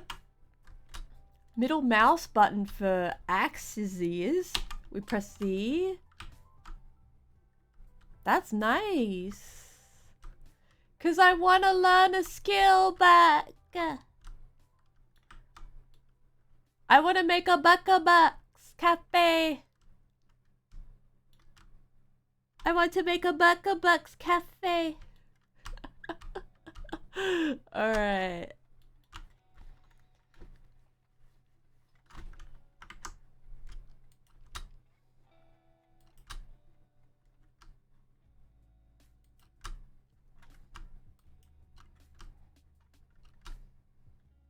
Yeah. I do. Not too bad. Okay, so that's moving things. Now, the other 2 actions that are really common is rotate and scale. And you can, again, you could use the tool just by clicking here, and then you can, rotate it on a specific axis. You could click in the middle and like do a trackball thing. Scale, exact same thing. Scale it like that. But again, I recommend learning the hotkeys, which you can learn just by hovering over it. Yeah, the hotkey for this one. So where it says shortcut, shift spacebar, it's technically true. You could activate it from this little menu here if you hit shift spacebar, but it's the one after that. Really easy to remember. R for rotate. Okay, so rotate. R for rotate. And then you can hit the letter of the axes as well, or do that same holding the middle mouse button. Oh, that's weird. Maybe because I did it after tapping it. Anyways, and then you've got scale, which is hovering over it. S for scale. Okay, S, X, Y, and Z. Like that. And if you want to cancel a movement, you can hit escape, or you can just right click as well, and that'll also cancel. Ooh, okay. But yeah, so you can see you could do quite a lot just with those few little movements there. Okay, so that's how you move stuff about. Now, let's talk about the next thing you probably want to learn is like, how do I actually move my view? Like, how can I look and explore the rest of the scene? Yes. And that is also done with your middle mouse button. Okay, so if you click in on your scroll wheel until it clicks, you are orbiting. Ooh. That is how you orbit. And my laptop people with... The reason why is because I really like the look of like toon shaded 3D. And also it's probably like building a 3D scene is going to help me draw it's gonna help me draw the Buckabucks cafe a bit better. Cause you're using like you've got like cameras for perspective. Yeah, we're orbiting. We're orbiting, we're moving.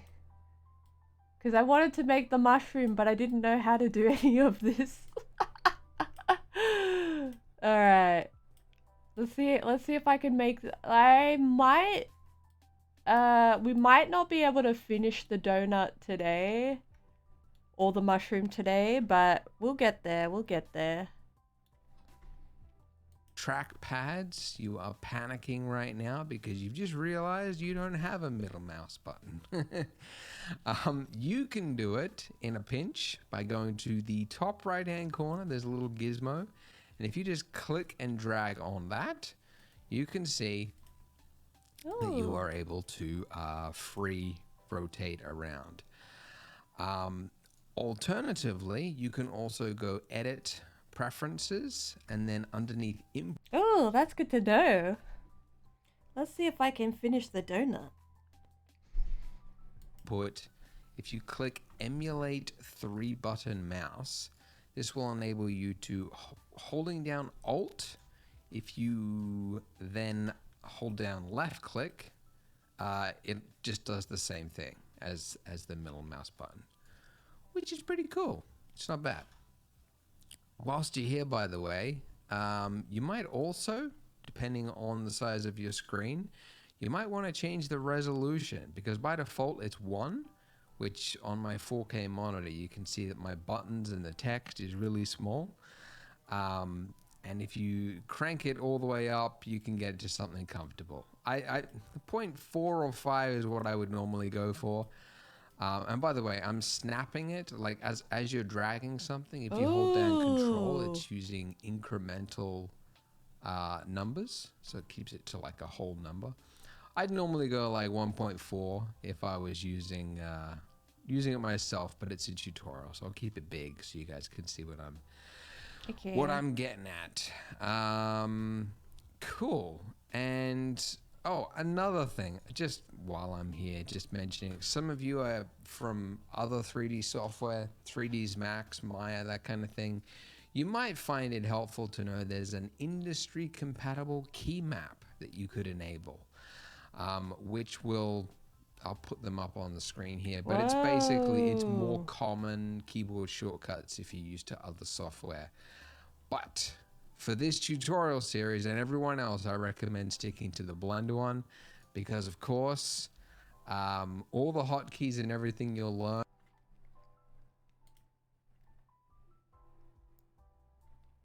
See, this is a good way to teach with like an introduction. But I wanna watch the video where he elaborates on why he hates, why he fucking hates the donut tutorial. When is Elden Ring stream? I don't know, Barker. Probably next week. We could vote on what streams. I've got a few games planned. I have Resident Evil to demo, and I also have more Blender and art, and then I also have Elden Ring. We'll do Elden Ring next next week. Whilst learning Blender will be for this Alright. as I key thing. Anyways. Alright. Okay, so that is that's orbiting. Okay. Okay, we orbit. We've Now you can orbited. see as I orbit around, it's like locked on to my middle of my screen here, okay? If I want to move somewhere else, that is pan. Okay, which pan. is shift middle mouse button. Okay, now I'm shifting my view to somewhere else where I could pan around that place and shift again. And if you're on a trackpad, you could also use this. This is good to Move know. the view, this little hand icon thing at the top there. Do invest in a mouse, please. You will need it for 3D. You really should get a mouse. It's going to be tough. The other thing that I'm doing right now is I'm using the scroller to zoom in and out. You can also use this little magnifying glass up there, or hold down control, and then again click in on the middle mouse, and that will use a... I need to stream more days. I think once a week is like... Once a week, like, cause I stream with my friends on like Wednesdays, but like once a week, it's like, it's kind of limiting. I need to stream more. I need to stream more. I think. So we can get some more. So we could get some more variety in, cause like. There's I've got a variety of things going. Smooth movement rather than the scroll wheel, which is quite jaggedy. Okay, cool. So let's say you've moved the cube all the way over there. Like, okay, so you could, if you wanted to go and inspect your cube, you could, work your way over there by using shift middle mouse button to pan over there. But it is far easier to just learn the hotkey number pad period, which will focus on any selected object. So if I want to go to my camera over there, I can select my camera, and number pad period will take me over to there. Again, my laptop users are going, oh no, I don't have a number pad. All right. Yeah. Yeah, time is of the essence, but time is of the essence. Time is of the essence.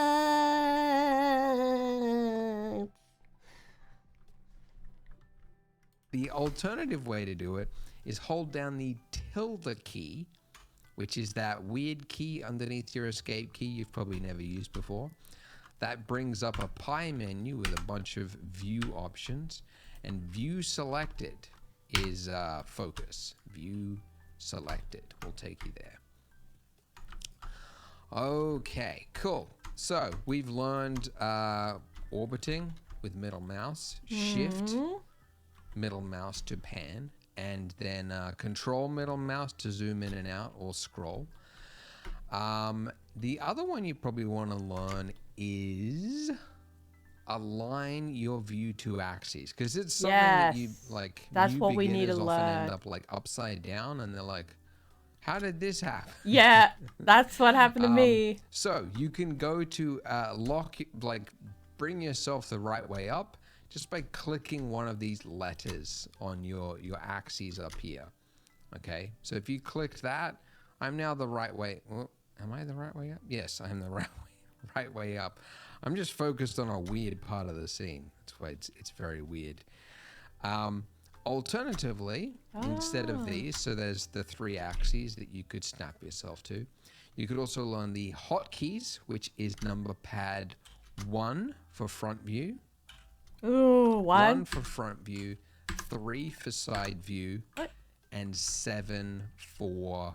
I'm What now did the he right say? way. Well, am I the right way up? Yes, I'm. I just want to spend time and have fun, woo.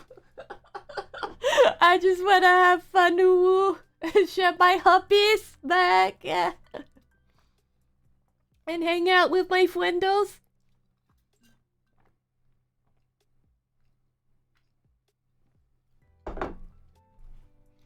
So line view to axes. I missed that bit. Okay, cool. So we've learned orbiting with middle mouse, Okay. shift middle mouse to pan, Yep. and then control middle mouse to zoom in and out or scroll. The other one you probably want to learn is align your view to axes, because it's something that you like new beginners often end up like upside down, and they're like, how did this happen? So you can go to bring yourself the right way up just by clicking one of these letters on your axes up here. Okay, so if you clicked that, I'm now the right way. Well, Is he? Am I? Yes, I'm the right- Ooh, I'm upside. way up. I'm literally I'm just upside down. focused on a weird part of the scene. That's why Okay, it's yeah. very weird. Alternatively, Ooh. instead of these, so there's the 3 axes that you could snap yourself to. You could also learn the hotkeys, which is number pad 1 for Yeah. front view, 1 for front view, 3 for side view, and 7 for top view. That's only It's number not pad. doing Doesn't it. work for Wait, it's not doing the number pad when I go into the views. So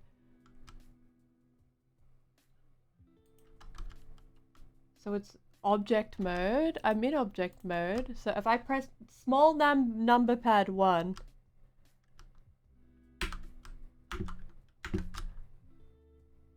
Oh. Yeah, upside down. Alright, so okay. Ah. Yeah, I didn't get it to work, so I'm gonna rewind. you like new beginners often end up like upside down, and they're like, how did this happen? So you can go to bring yourself the right way up just by clicking one of these letters on your axes up here. Okay, so if you clicked that, I'm now the right way. Well, am I the right way up? Yes, I'm the right way up. I'm just focused on a weird part of the scene. That's why it's very weird. Alternatively, instead of these, Yeah, I've got a number pad section on my keyboard. So I don't have a I got a keyboard with a number pad, so I can follow this tutorial, which is good. Okay.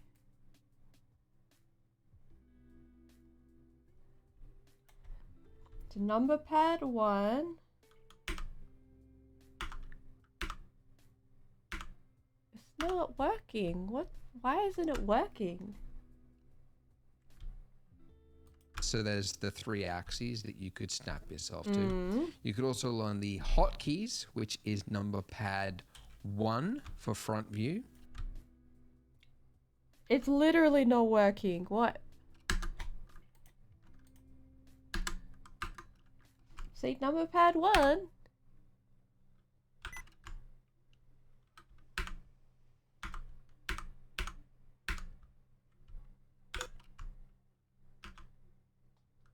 It's not doing the thing it's supposed to do with the number pad. That's a lamp, and then you've got a camera, which is hovering over it. Have a middle mouse button. Yeah, the number pad's enabled.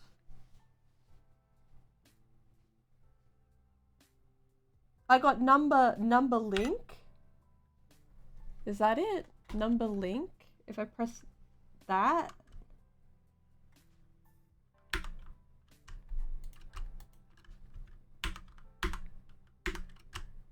Yeah, it's not working.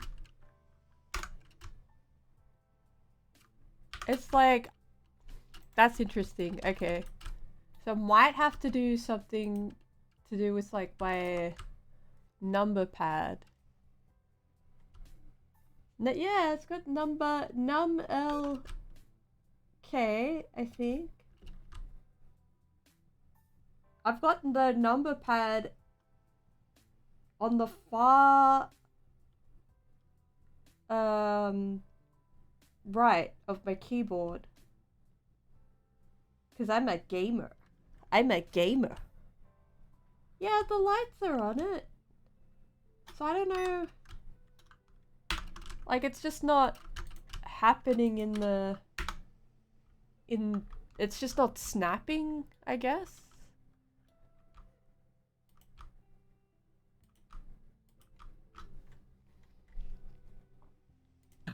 You can do it in a pinch by going to the...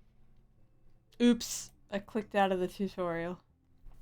If you've just opened Blender for the first time and then... Shut up. Okay, orbiting. Cool. Compatible key Panning. on any... Align view to axis. Okay, cool. So we've learned orbiting with middle mouse, shift middle mouse to pan, and then control middle mouse to zoom in and out or scroll. The other one you probably want to learn is align your view to axes, because yeah, it's a full-size keyboard. It's an Oris. We believe in you, Becca. Thank you. I try my best. I try my best. I try. I try. I'm trying on a Sunday night. I'm trying. I'll take a photo of my keyboard.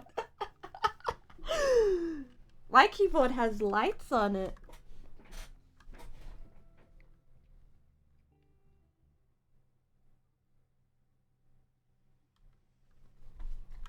Okay, so if that doesn't work, then that might be causing me problems in the future. So maybe I've got like my mouse keys. is it something that you, like, new beginners often end up like ups? Yeah, it worked before. Because this is how it's like snapping to the axis. These are the axes views. But it's not accepting the shortcut.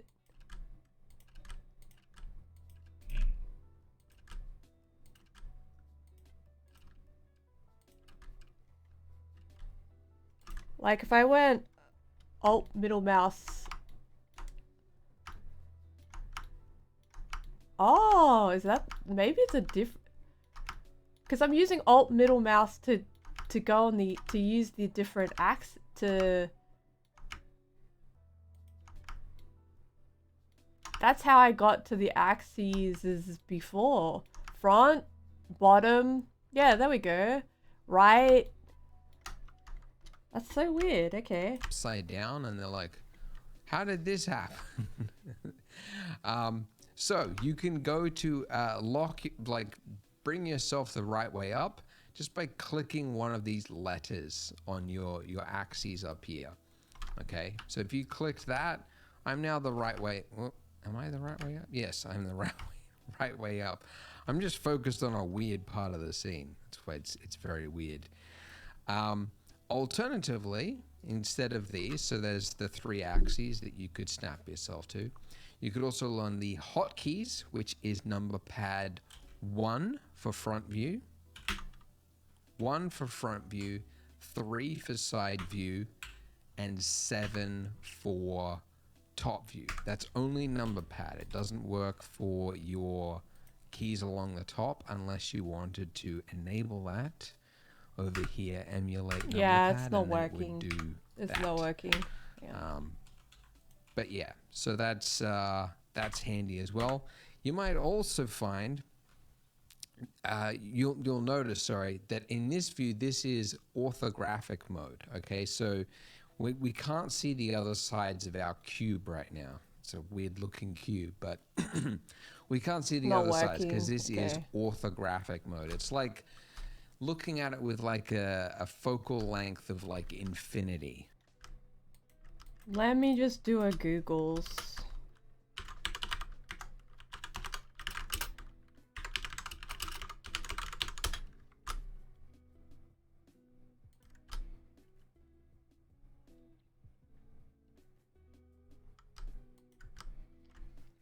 Let me just do a quick Googles.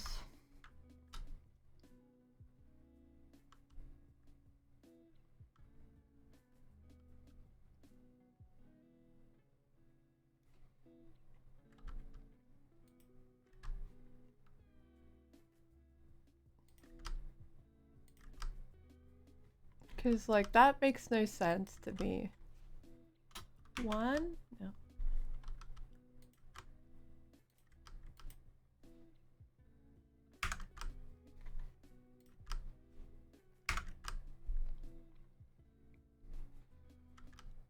Let me cook.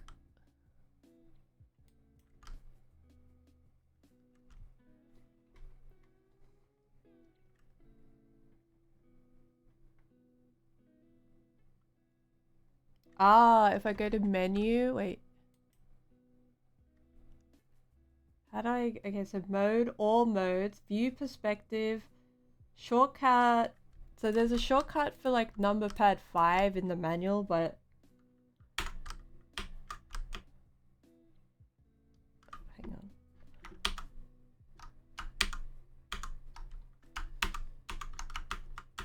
Ah, it's not working. Okay, so I need to figure out why this is not working. Why is this not working? But okay, so menu.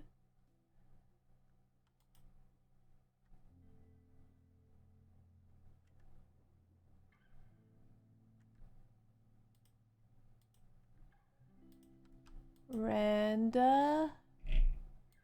Edit file. Where's menu?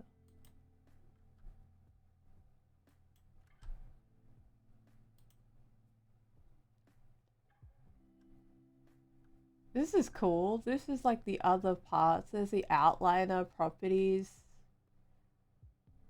Okay.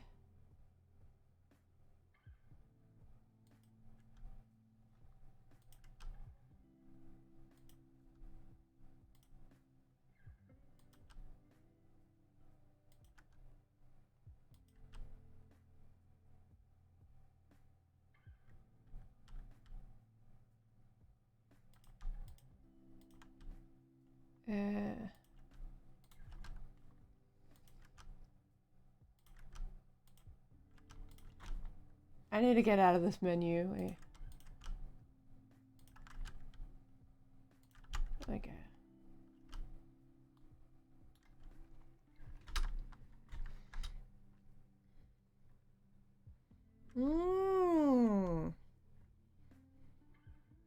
Maybe it's my like keyboard, like it's my keyboard, like it's not Blender itself, it just could be my keyboard because like what the fuck?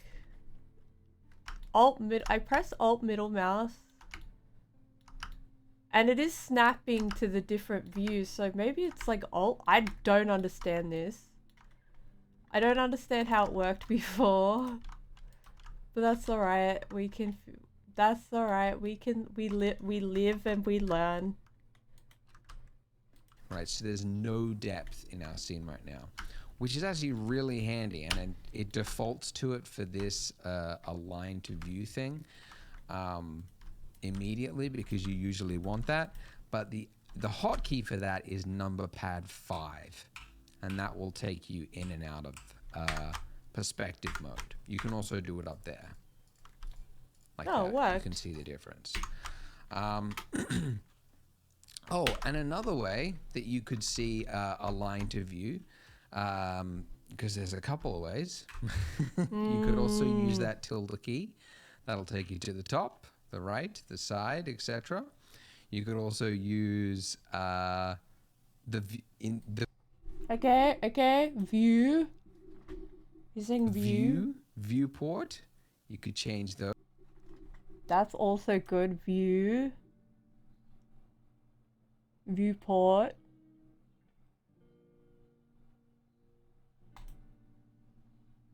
That is so strange.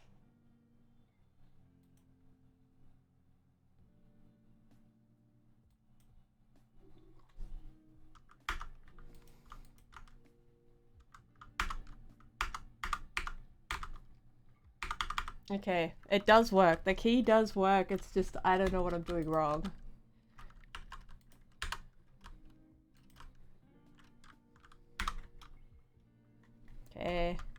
those. It's also got the hotkeys there if you happen to forget them. And the other way is the same as ZBrush, if you're familiar with ZBrush. Oh, ZBrush. Not the accursed ZBrush. I just cleared the location of that with Alt-G. You don't need to remember that one. That's a weird one. Similar to ZBrush, holding down Alt whilst middle mouse button orbiting will also snap it to the nearest axis. That's what I've been doing. Really handy as well. So if I'm like moving around and I'm like, I want to look up, just hold down Alt and it'll just snap it there, which is really handy. So that's kind of the 3D viewport. We'll obviously get way more into this as we delve into the other lessons. But whilst we're here, these other sections over here. So on the right hand side, this is your properties. And as you can imagine, it's the properties of things in the 3D viewport. Or the scene. You could change render settings or things here. And look, there's a lot here. Like I would strongly recommend not trying to learn all the values because you're not going to remember them anyway. We'll go through them as they're needed in this tutorial series. I think the best way to learn is to just do for something that you need to do. So that's what I try to teach. These options, some of these options will change depending on what is selected. So like if my camera is selected, you can see I get a camera icon and then I could change some camera settings. If my cube is selected, I get some material settings, right? I could click material and I could change the color to red and I could see a beautiful gray red color. It's a weird looking red. The reason it's not changing over here in the 3D viewport is because, again, this is a simplified view of the final render. So there's no material properties in this view. We'll get to viewport rendering later on, but for now, you would see it though if you were in rendered again, F12 to do an actual render. Now at the top here, we have got a outliner. So this is keeping a running inventory of everything that you've got in your 3D viewport at the moment. So we've got 3 objects and we've got 1 collection. So a collection is just, it's like a folder basically. Simple way to think of it. So you can like organize things. You can rename things just by double clicking on it. Yeah, whatever, right? And so that'll automatically update as you add things to the scene. Like if I was to duplicate my object, which I could do by hitting Shift D to duplicate, you can see that it's created another object right up there in the outliner. So if I ever like lose something and I'm like, oh, where's that thing? I can just find it on here and then just, you know, bam, whoops, bam. Oh, by the way, I just accidentally tapped number pad 0, which is how you can look through the camera view. You could also do it by hitting the little camera icon on the right there, or by going viewport, camera, or by hitting the tilde key. So there are 4 places to get viewport options depending on what device or whatever it is that you're looking at. I deleted something by hitting X. You could also do it by hitting delete. By the way, I'm throwing a lot of keys at you, keyboard shortcuts. It's a lot to take in, especially when you're starting. So I created a keyboard shortcut PDF, and the link for that is in the description. It's just a list.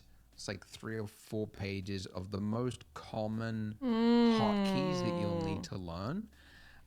Or you might need to reference as you're using. Don't be just clicking random things back. I'm learning. The interesting thing is that my number pad is not working, so I need to figure out why that's happening. It could just be the version number I'm using, but I'm not sure. I'm not sure why it's not doing the thing it's supposed to be doing. Blender, so you can basically load it up on another monitor whilst you're working, and you've got it there as reference if you need it. I used to make it like a bonus for signing up for my newsletter, but now I'll just make it free, so you don't have to subscribe. You can just click that link, view it, and hopefully that'll make it easier to use Blender.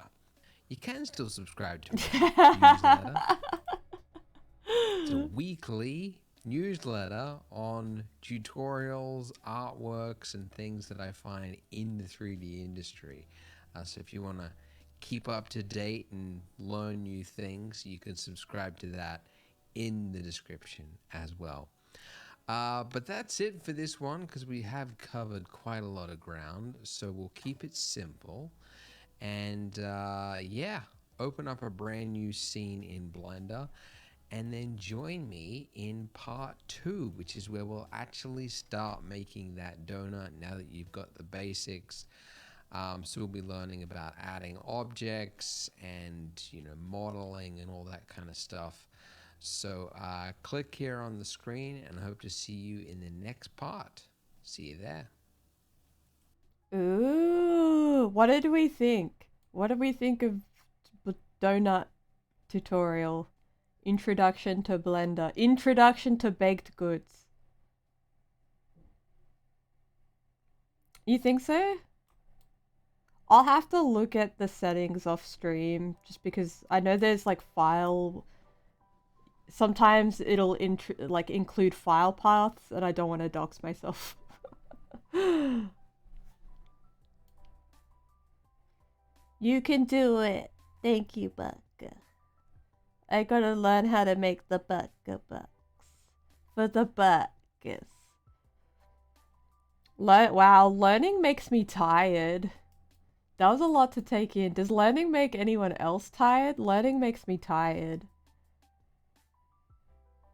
But note to self, figure out what's going on with those hotkeys. Just gonna, oh, okay.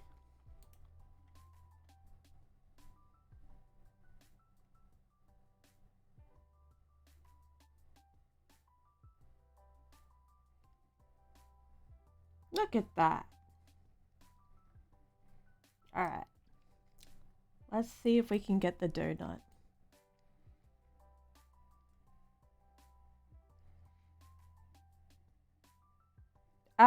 I did get a hang of, when I was doing the mushroom, I think I did get a hang of the,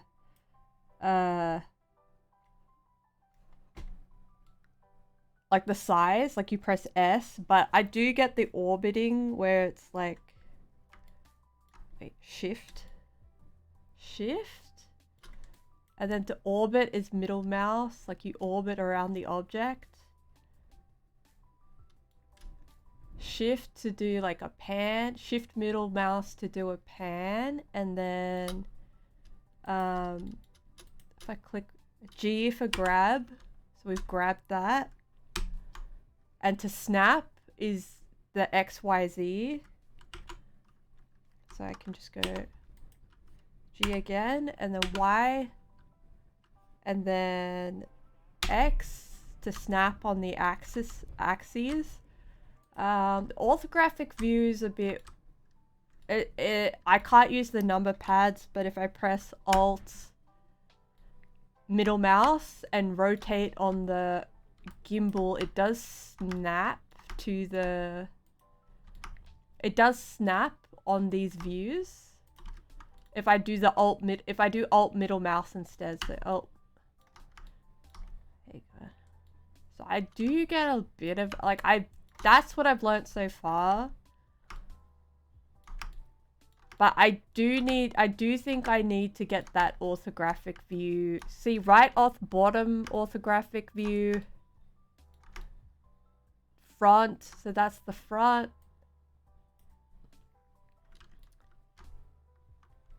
So I do need to get a hang of it. Yeah, the keyboards. I don't want to, because like when I first started with the mushroom, like there was a lot of duplication. There was so much duplication. I just found out what makes me sleepy. What turns me into a sleepy bug. Learning 3D. Learning 3D turns me into a sleepy bug.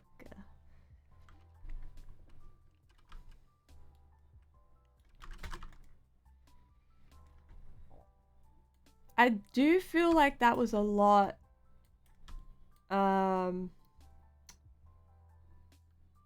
If I go into like if I press F12, it does the render. Like that, it renders my cube.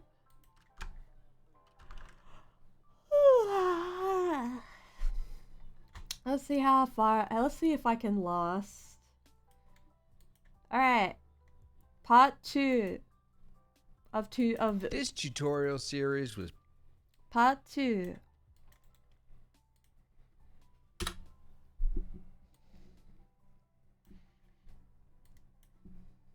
brought to you by my company Polygon. High quality models and textures for better renders. Alright, enough faffing around, as my late grandfather would say. We have learned the basics of the interface, all the hotkeys, we fooled around. Now we're going to start building that donut. Okay, so we are going to delete our default cube, which is just the delete key, or X, which is the older shortcut, and we're going to replace it with something new. So to add a new object in Blender, you need to go up to Add, up here, and you get this long list, or you can hit the hotkey, which is what I'm going to be using for the tutorial, Shift A. Okay. And truthfully, most of these options, wow, a lot of the options you rarely use. Like speaker, I don't think I've ever used. Most of the time what you're looking for is mesh. Because to render anything, you really need to start with a mesh. Like if you followed like a character tutorial, you might be surprised when they're like, all right, start with a cube, and then, you know, we'll bip-biddy-boo, and we'll form the character eventually from that, right? But you have to start with something. So usually you pick the object which most resembles what it is you're trying to create. And in this case, there's a really easy one. It's the donut-shaped one, the torus. Taurus! That is a word I never would have learned, except for Blender. I would have called that a donut, but evidently the mathematicians decided they need a special word for it. Okay, when you add an object and do certain actions actually in Blender, you get options straight after adding it, okay? But they're kind of hidden because they're trying to stay out of the way unless you need them. And it's down there in the bottom left-hand corner. There's a little box, which if you click it, it expands. And then you get options like the resolution and the size of it and everything. Now, if you don't see that box, it's probably because you accidentally clicked off it, okay? It'll only show it after you've just added it. If you click off it, it assumes you're fine with it. You're good, okay? Now, if you haven't done another action since then, if you haven't edited it and clicked on something else or whatever, you can temporarily bring it back for one last time, really, until you do something else, with F9. Okay, so F9 will bring those same options back just at your cursor, basically. But if you don't see it, then, you know, just re-add it, delete it and re-add it, and you'll get those options back again. Okay, so with this, let's make some changes to it. Okay, so for starters, this is a very thin donut. And you want to know this maybe, but this is the third time I've made this donut beginner series. Every time there's a new version of Blender, I make this series again. This is number 3. And basically, for the last 5 years of my life, I have been seeing every day on Twitter when somebody tags me in their donut render. And I've become very good at realizing the attributes that make donuts look good. And I think the best donuts are the ones that look thick. Thickums. That's a thickums. The ones that look like, oh yeah, I want to sink my teeth into that because it's got a lot of icing, it's got a lot of dough. I don't know, just something about a fat donut. Just like, yeah, that looks delicious. So I'm going thick this time. Okay. And then the major section. All right, so it's 90, 91, and 61. in the radius. You go. Oh, hang on. Let me look at his measurements. It's 0.91. 0.91, and then we're going to go 0.61 here. Enter. Yeah, it's thickums. It's a major segments. That's too many. I'm gonna put 5, just like him. Yeah. No. Okay. Okay. That's fine. Segments and the minor segments, these are, you've just added it. If you click off it, it assumes you're fine with it. You're 80. good, okay. Now, if you haven't done another action since then, if you haven't edited, let's make some changes to it. Okay, so for starters, this is a very thin donut. And you want to know this maybe, but this is the third every day on Twitter when somebody tags me in their donut render. And I have becomes that look like, oh yeah, I want to sink my teeth into that because it's got a lot of icing, it's got a lot of dough. I don't know, just something about a fat donut. Just like, yeah, that looks delicious. Like so that. I'm going thick this time. Okay, and then the major segments and the minor segments. These are, as you can probably see, we'll call it the resolution of our donut, but it is it's the amount of geometry. Okay, so this, you are probably tempted to go like really high, because this is what I did when I first started using Blender in 3D. I'm like, I'm trying to make something high quality and realistic, so it's got to be smooth. Okay, so I'm going to go really high res. It's actually the opposite. You do not want that. I immediately realized when Why do you not go hard in the paint? I didn't expect math either. This is like a... Why are we going hard in the paint with this tutorial? With the math?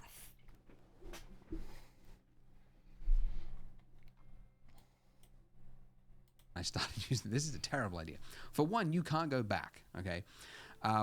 When you go high. You can, if you go low, you can add other things, which is what we're going to do, to make it smoother, but it's harder to go back.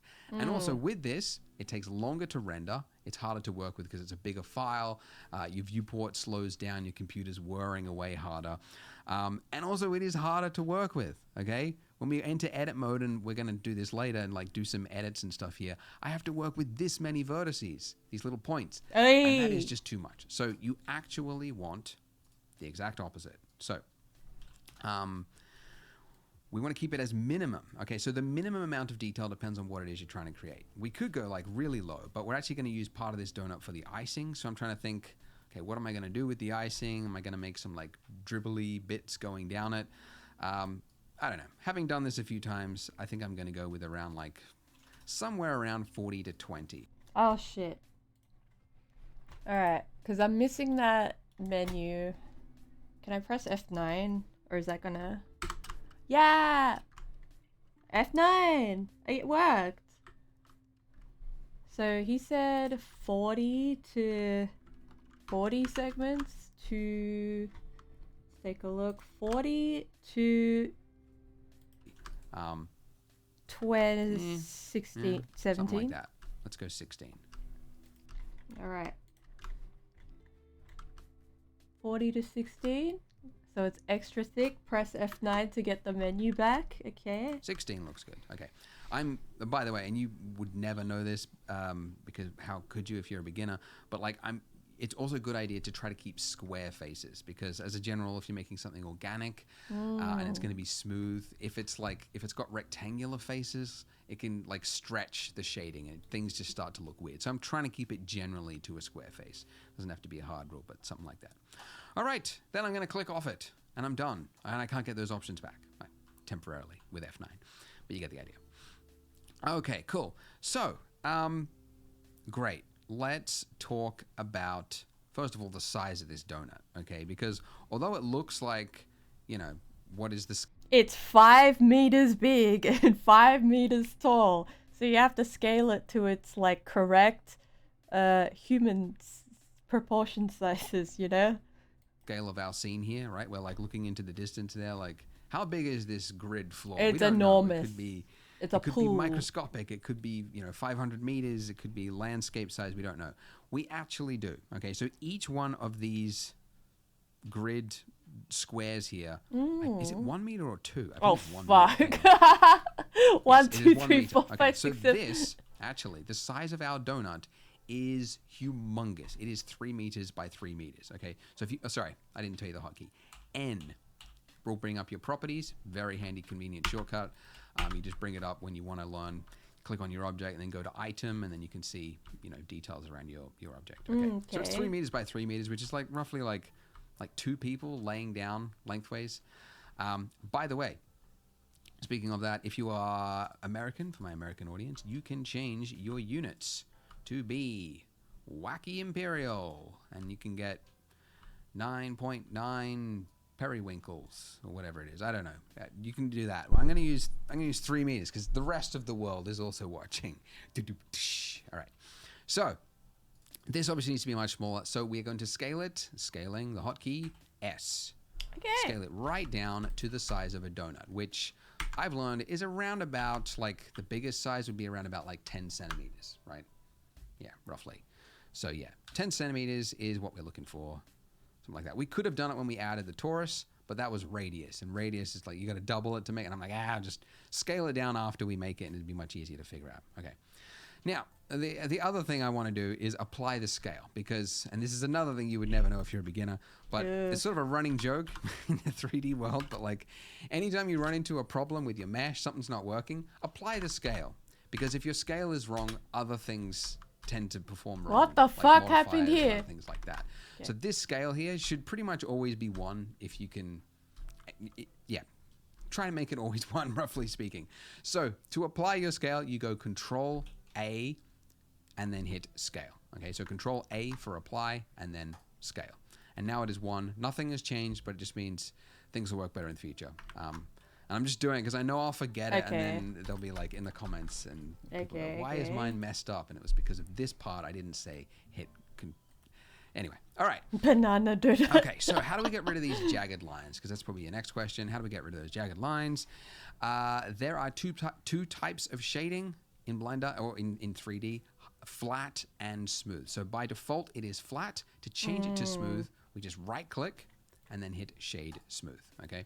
Oh. And when we do that, it is basically like for these faces here, it has taken, instead of treating each face separately, if they're an adjacent face, it's going to like stretch the light across. It's going to treat it as if it is one continuous face rather than 2 faces. So for organic objects, which means length, things that are flowing essentially, or rounded things maybe, you generally want smooth things, and then for like architecture or hard surface things, you want flat things. So shade smooth. So we've got rid of that. That's good. Now you'll notice that it has not fixed. Okay. It's smooth now. It's a smoothie. The silhouette of our object. Okay, so shade smooth is a illusion. Okay, it's not actually adding any geometry, which is great because it's light, it's lightweight, it's easy to work with. It's not adding geometry, but your silhouette will still be broken, or it'll still look jagged. The only way to fix that is to add more detail. It's something that games. That's kind of the thing. If you want to look at a game and go like, I wonder how poly this thing is. Like, look at the silhouette of a character or the shape of a building or something like that. And if you see jagged lines, you can basically see the mesh, like how high poly something is by the silhouette. So we can fix that with something called a subsurf operation, okay, or subdivision. And there are a few ways to do it, but the way we do it in Blender is with adding a modifier. Okay, so we click this little... What's that? Hang on. So we click on the wrench icon. And we're going to add a modifier. Wrench? Or is it a spanner? Is that a spanner? It's been a while since I got my hands dirty. Anyways, it's the modifier panel over here. And then go up and underneath add modifier. If you click it, you get a whole bunch of different options here. And the one that we're looking for is, I mean, you use it so often. I wish it was at the top, but it's not. It's down here, subdivision surface. Okay. So add modifier, and then we're going to find subdivision surface. Okay. And there's another menu. Let's go math. So you click that, and you might see that it has now smoothed out ever so slightly. You Kind can see of, that yeah. edge there, the jagged edge is no longer there. Or it is there, but it is less. So what is subsurf, or yeah, it's called a subsurf, even though it's called subdivision. Subsurf modifier, what it is doing is for, and I'm going to temporarily turn this off by that little icon there, that's viewport. So if you uncheck that, it's disabling it for your viewport. Look at that. And that one is for render, if you want to disable it for your render. Okay, so what it is doing is, you can see the edge there, right? If there are 3 points that make up that edge there, Subsurf is now adding in, it's doubling the amount of detail across the entire mesh, not just the silhouette, the entire mesh. Every single point, it is now adding another one. Now, if you do 2 levels, so levels viewport and render, you could probably guess, that's just one operation, okay? If I set this to 2, which is what you would see, yeah, set it to 2, which is what you see when you would render it, it's doing it again, okay? So it's, I guess the word's exponentially. It's exponentially adding detail every time you add this. So it's going to do it again and again and again.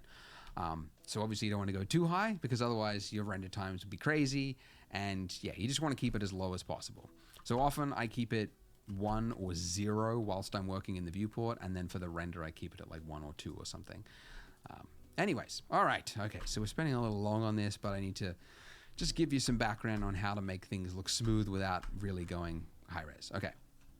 So as I teased before, this mesh is made up of little points, and we can edit those points and adjust things and whatnot by going into edit mode, which you can do by hitting tab on your keyboard. Okay, Another way is tab. to go up to the top left-hand corner, change from object mode to... All right, we tabbed. We have tabbed, and now we're looking at little donut burger in edit mode. Little donut burger. Work our way up to little mushroom burger from donut burger. to edit mode, okay? So tab is just a fast way to switch between those 2 modes. Another way, third way, because why not? Control tab will bring up the pie menu, and then you can enter into, along with just object and edit mode, but like texture paint and sculpt mode, and we'll do a bunch of stuff later on, but edit mode, okay. So in edit mode, we can see that we're now able to see the skeleton, roughly, that makes up our mesh, okay? Each of these little points here is what makes up our mesh. So these points are called vertices. Sorry, a single one is called a vertex. Multiples are called vertices. Always get them confused because it's got an S on it as well. It's like vertices, vertexes. It's not vertexes, it's vertices. Anyways, these little points make up our mesh. And on each of these points, if you've got 3 or more, usually 4 is the ideal one you're usually aiming for when you're making meshes, you can make a face. Okay, so if I just delete, I'll just hit X and I'll show you what it looks like without a face, okay? So between each of these points there, I'll add another one with F, there is a face, okay? So all the points together make up a face, and then that makes up your mesh. So what this means is that with these points, if I want to change the look of my mesh, I can take some of these points and I can move them, okay? And you use the exact same hotkeys as you did before. So to move something, it is G for grab. Okay, so if I move this up and then go back. Oh, I see. Still getting the hang of the movement in here, like the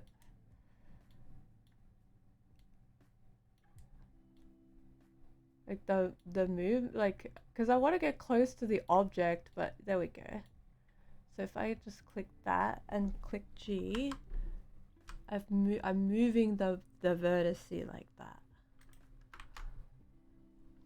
That's cool. Like that, G.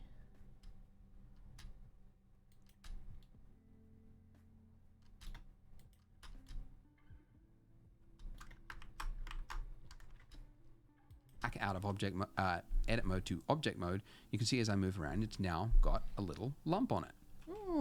Okay, pretty handy.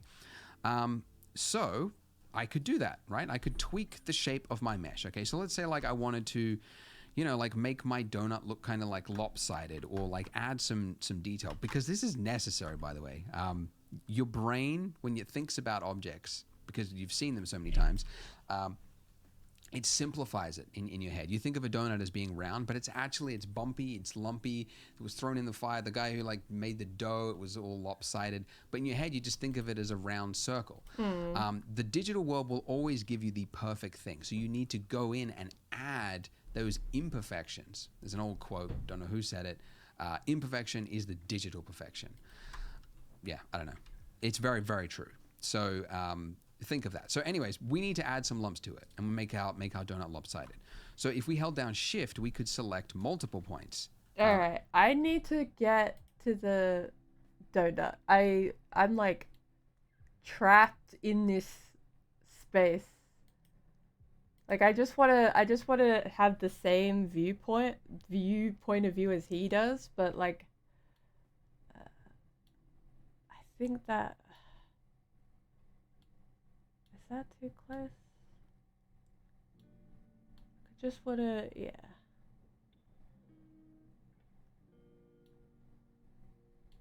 just like that. I just wanna shift. Yeah, like that. Shift. And then I gotta remember to orbit. That's right.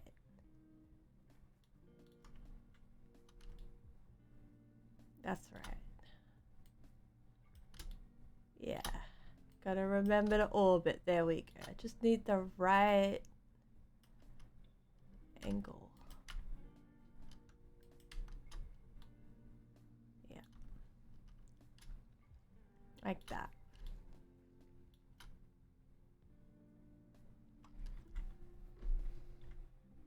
And then we could drag these out. I could do this. I could, slowly go through it. Now this is tedious, as I'm sure you can see. Clicking, lots and lots of clicking, little points.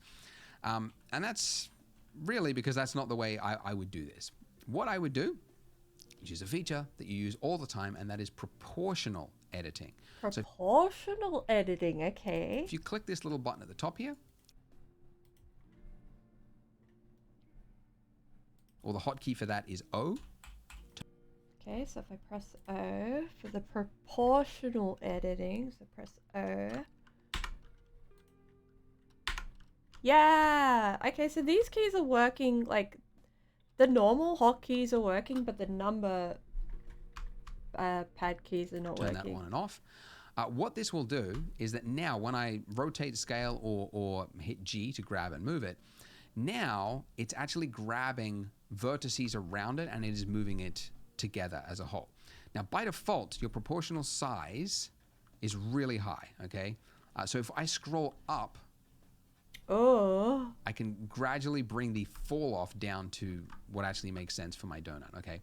Now this was actually a point, I was reading the comments on the last video, the last version of this I made, and this was a point that a lot of people got stuck on. If you can't see this ring here, just keep scrolling up because it is there. If you see top left-hand corner, actually, it gives you the measurement. As I scroll, you can see your proportional size is really high, okay?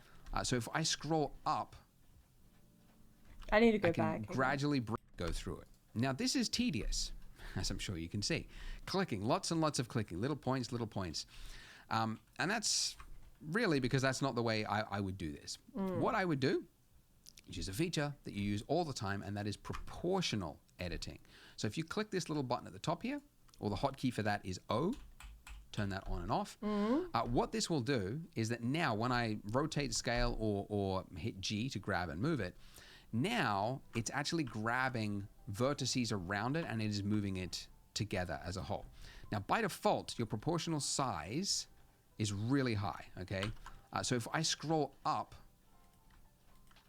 I can gradually bring the fall off down to what actually makes sense for my donut. Okay. Hang on a minute, I'm just... Press it. It's not, edit mode. I'm pressing G and I'm trying to grab like the vertice, but it's like not... It's only like grabbing the... Oh! I see! I see now. I see. It's like I see now. Okay. Now, this was actually a point, I was reading the comments on the last video, the last version of this I made. And this was a point that a lot of people got stuck on. If you can't see this ring here, just keep scrolling up because it is there. If you see top left-hand corner, actually, it gives you the measurement. As I scroll, you can see the measurement of my fall off. What you're looking for is something like a 0.04. If you can't see 0.04 meters, just keep scrolling up until you see it. And if you're on trackpad, because those people also got stuck, because they're like, how do I scroll while I'm doing it? All you do is, on trackpad, you tap G, then do a single click, and then down here in the bottom left-hand corner, you've got those options again. And then you could adjust your proportional size to like a 0.04. And then if you move, you should see the correct proportional fall off, okay? Really, guys, invest in a mouse, please. Going trackpad, look, it's fine for Facebook, but like you're doing stuff in 3D, you gotta have a mouse. Come on, all right. He's so pissed. So now that I do this with my fall off, yeah. So if I just scroll up and down, I can adjust and I can make my donut look however I want, much more easily. Okay, make this part go out. Maybe make this part have like a little lump that's sort of skew-if like that. Maybe this middle part, sort of like this. Okay. And I'll do another one here, something like that. Okay. Now that's a little lopsided. It's a little bit repetitive of what's on that side. And this is maybe a little bit too far. Just sort of playing it by eye. But I have to keep this for the rest of the donut, for the rest of the tutorial. So I'm trying to do it well. Okay, and something else, by the way, another hotkey. You can see that if I want to move this up, if I was to move it like this, right? It's moved everything also left to right as well, okay?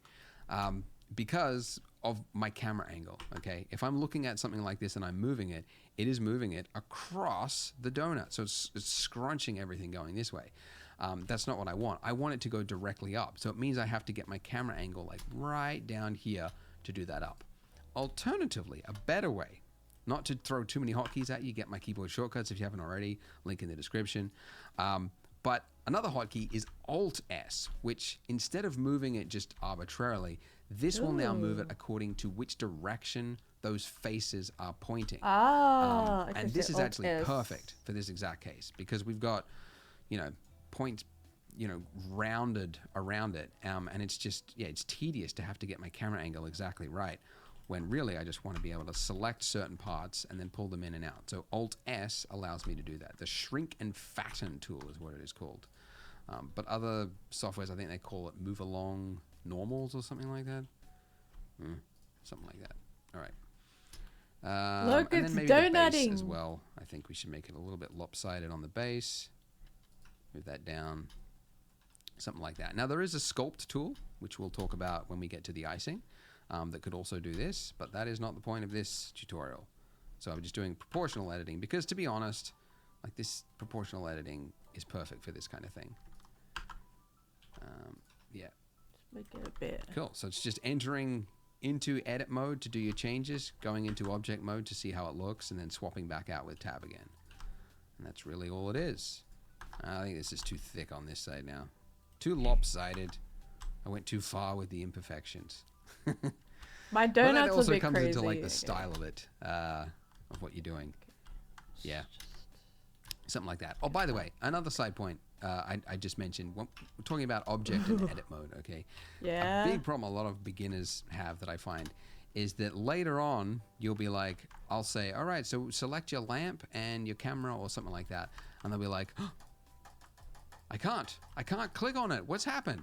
It's because you are still in edit mode, okay? Edit mode means you cannot click on anything else other than the object that you are editing. You're still in this. When you switch back to object mode, you're now able to click on any object in your scene, but in edit mode, it is locked to that view. So if you can't click on things, just remember, check what mode you're in. You're probably in edit mode. Switch to object mode and you'll be fine. Okay. Just to finish on something completely random, because why not? Just throw it in there just as a little Easter egg for those of you that made it to the end of the video. Is something cool. If you go to select, there's an option there for select random, and this will just select at random vertices on your mesh, and then you've got a little ratio thing you could change down the bottom there. Oh, okay. So if you go select,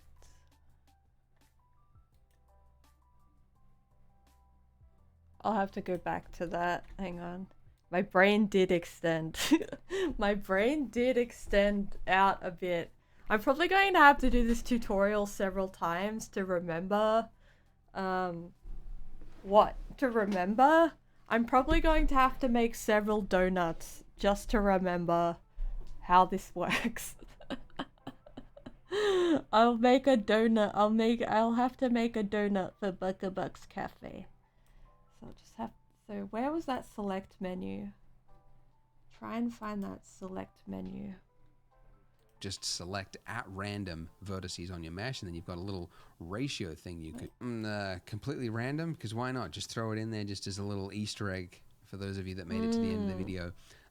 Is something cool. If you go to select, there's an option there for select random, and this will just select at random vertices on your mesh, and then you've got a little ratio thing you can change down the bottom there. Then if you used Alt-S, you would basically make a lumpy looking donut. So it's kind of like a quick, if you wanted to make a lumpy looking donut, you could do it that way. And also if you change the fall off type, okay, so this is that ring, that little circle that goes around it, right? If you changed it from the smooth one to sharp, then you would make it something else, like a spiky donut. I don't know. It actually looks better without the subsurf and like flat. It's like, no, it does not. Okay, I don't know what I was thinking with that. Anyways, all right, just something random to finish on. Okay, so play with your donut, get something that you like, and then join me in the next part as we do the icing. So click here, and I will see you in the next video. Bye. Ooh. That was a lot to take in. Are we learning? Are we cooking? Did he cook? Yeah! The first ever bucket donut. It's a bit lumpy. I'm gonna go Alt-S. Get that one out.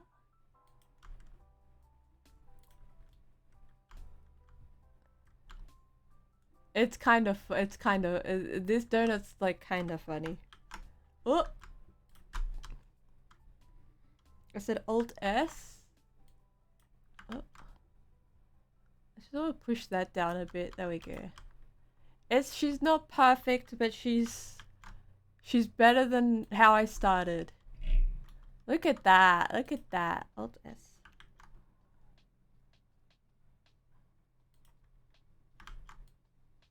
Yeah, okay. That's a lump. This is a very lumpy donut. It is pretty good. Let's see if I can let's see if I can stay up enough to finish the donut off though. All right. This has 2.5 million views. 2.5 million views. That's crazy. High quality assets, which is why I created Polygon, a library of models, textures, and HDRs that work in any 3D software. Get started today at polygon.com. Welcome back to the Donut Show, where we make virtual donuts that we cannot eat. In this part, we're going to be making the icing. So, with our wonderful donut here selected, we're going to, well, first of all, yeah, like icing. I mean, you could do it a million ways. You could like add a plane and then like model it out and try and pull it down and then sculpt it and do a bunch of different ways. The easiest way really whenever you're doing something is to like try to reuse part of your mesh wherever you can. So we've already got the shape of a donut. We can duplicate our donut, shave off half of it, and then we've basically got icing. So that's what we're going to do. So enter into edit mode, and we want to select half of our donut. So if we went into, you can see that like if we looked at it from this, you know, if we drew, you can see we're missing part of it, right? Because it's like, this is one of those cases where I'm trying to say where you need to use straight on. Okay, so or number pad 1, number pad 3, whatever you want to do, something like that. Okay, and by the way, when you use this, it also switches you to orthographic mode. Okay, so perspective mode is where you've got the depth fall off. Okay, and then orthographic mode is when it is like as if it was like on a focal length of like infinity. So you're seeing like the actual. It's the best way to describe it. No perspective, essentially, zero perspective. And you can toggle between that, by the way, also with a number pad 5 or by clicking this little gizmo on the right hand side. Ah, At okay. any point. Doesn't have to be Very in a good. certain view. Okay, cool. So if we were to just drag over this right now, it looks like we've got half of our donut. However, if Wrong. you moved around, you would see we're missing the other half of it. Okay, and that's because it's hard. Okay, the mesh is hard, and therefore to select on the other side of it, we have to be able to see through it, and we can do that by going up here and toggling X-ray. Or the hotkey for that is Alt Z, and that will now show us right through it. And now when we drag over it, you can see that we've got exactly the top half of our donut all the way around. Oh. Okay, perfect. So we want to duplicate this and then separate it. Okay, so I'm going to hit Shift D, which is how you duplicate, or you can go up to Mesh and then click on Duplicate, wherever that would be. Okay, it's shifty. Right there, duplicate at the top. Yeah, but Shift D. Okay, now when you do that, you can see that it is now locked onto my cursor, okay? And it's telling me, where do you want to place Oh. this duplicate? And I don't. I want to leave it exactly where it was. So if I hit Escape or right click, it's going to cancel the movement and put exactly where it was, but it has now duplicated it. Oh. Now what we want to do is move this to its own object, because you can see that we've now got vertices Hang on top of on. vertices, and Hang on. we've now got vertices on top of vertices, Okay. and they need to be their own separate objects. Hang So on, to- hang so you can on, see hang it. on. And I don't. I want to leave it exactly where it was. So if I hit Escape or right click, it's going to cancel the movement and put exactly where it was, but it has now duplicated it. Now what we want to What? do is move this. Okay, it's not working when I press escape. But okay, hang on. Why isn't it working? Yeah, some of these keys, so right click. Why isn't the escape button working? That's so weird. Okay. To its own object, because you can see that we've now got vertices on top of vertices, and they need to be their own separate objects. So to do that, the hotkey is P.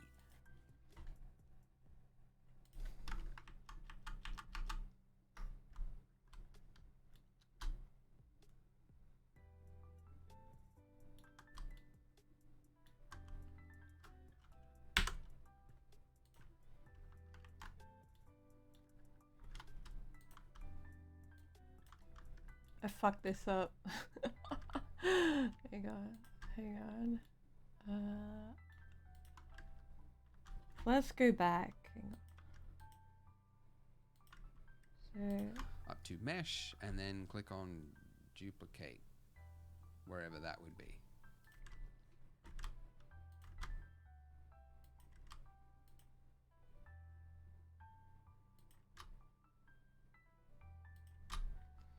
I gotta repeat this step. Something happened. That's how you Hang on. duplicate, or you can go up to Mesh. Something happened here. That's how you duplicate, or you can go up to Mesh and then click on Duplicate. Oh, we want to duplicate this and then separate it. Okay, so I'm going to hit Shift D and toggling X-ray, or the hotkey for that is Okay. Alt Z, and that will now show us right through it. And now when we drag over it, you can see that we've got exactly the top half of our donut all the way around. Okay, perfect. So we want to duplicate this and then separate it. Okay, so I'm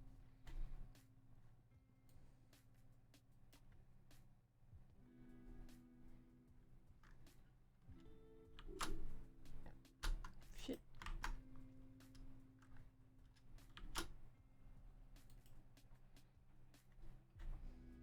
going to hit Shift D, which is how you duplicate, or you can go up to Mesh and then click on Duplicate, wherever that would be. Right there, duplicate at the top. Yeah, but Shift D. Okay, now when you do that, you can see that it is now locked onto my cursor, okay? And it's telling me, where do you want to place this duplicate? Huh? And Hang I on. don't. I want to leave it exact.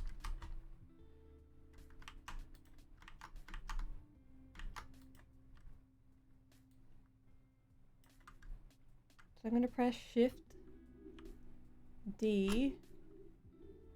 And that's the thing, right?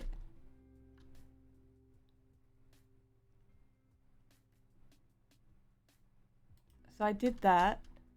Exactly where it was. So if I hit escape or right click, it's going to cancel the movement and put exactly where it was, but it has now duplicated it.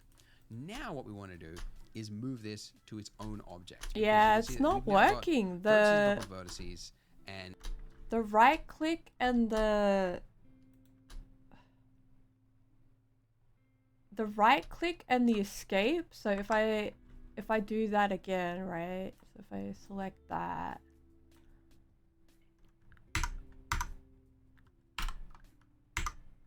It's not working.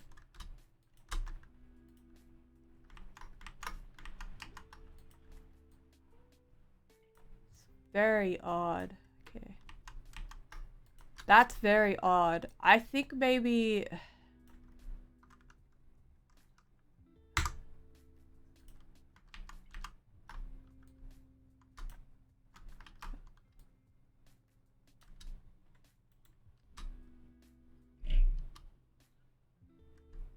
I don't know.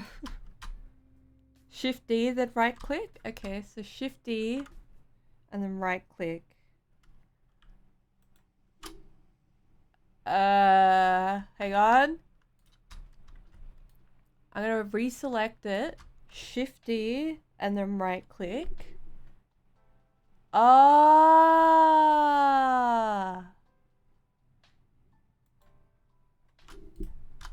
But I think I've made more than Shift D then right click. Okay. Shift D, right.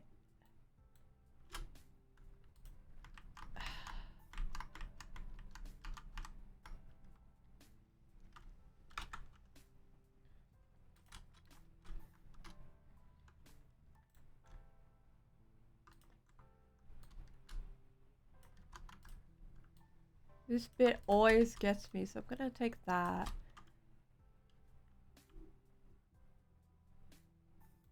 Ah, okay, I see. So I need to delete this copy because it's not working. So I'm gonna grab that and then I'm going to just press. I want to delete this.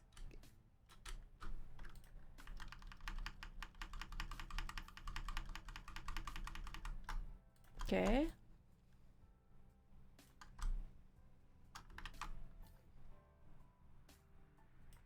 Take that. I'm going to press Shift D.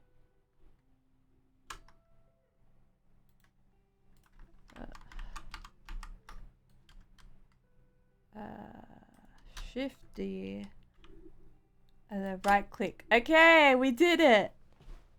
We did it. It and they need to be their own separate objects. So to do that, the hotkey is P. Okay. P for part of the mesh. Go to another, I don't know. It's P. For whatever reason, it's always been P. And we're looking for selection. So separate by the selected. Oh. Okay.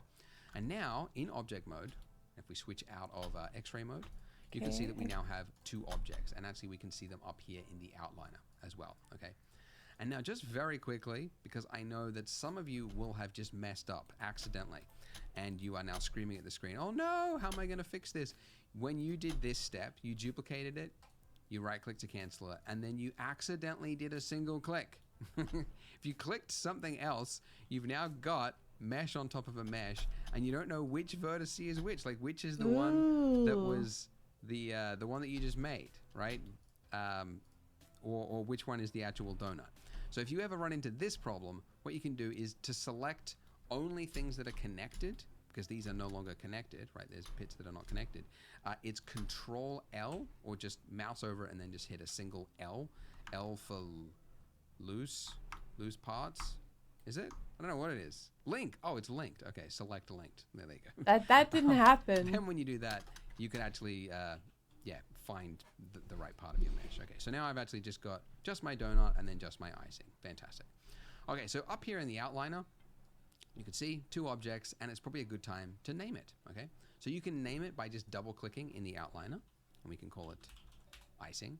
Another way to name it is if you've just got your object selected anywhere in your 3D viewport. It's the same hotkey as Windows renaming files. It's F2, and I can now type in donut, and there we go. So two things, and we could organize it however you want. Cool. So our icing is currently looking like a skin tight something. It's got to have some thickness to it, okay? And we can do that with the modifiers. Okay, so going over here to your modifier stack again.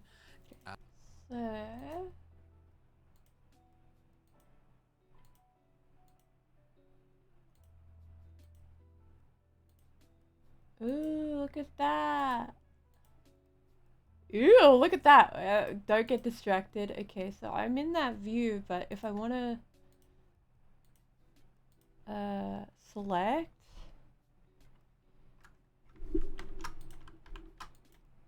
I'm in object mode, so maybe edit mode. Hang on. Okay. Our icing is currently, so you can name it by just double clicking in the outliner, and we can call it icing.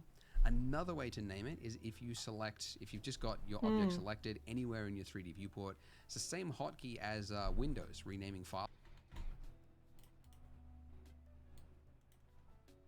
Why would it select? Wait. Oh, I see. I might have selected like a random vertice. Hang on. If I just press like, it's still doing this like weird mesh shit. Okay. Oh, I don't know. Okay. Command.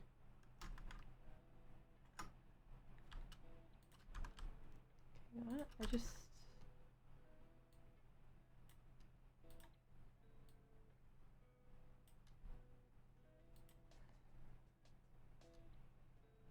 Yeah, I turned something off, maybe. There we, yeah, there we go, there we go.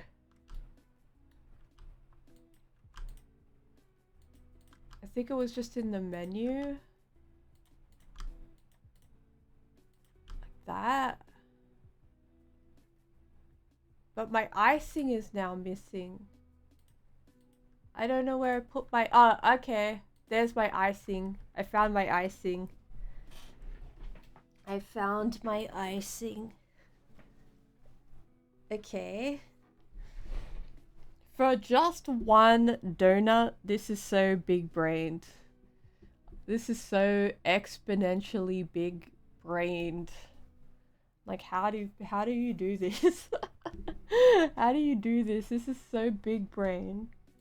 It's F2, and I can now type in donut, and there we go. So two things, and we could organize it however you want. Yeah. Cool. So our icing is currently looking like a skin tight something. It's got to have some thickness to it, okay? And we can do that with the modifiers. Okay, so going over here to your modifier stack again, we are looking for. So I'm gonna select my icing like that, and then I have to go into my modifier. I have to find my modifier stack. So add modifier. But what menu did he select? Okay, and we can do that with the modifiers. Okay, so going over here. So go icing. If we click icing, add modifier. Okay.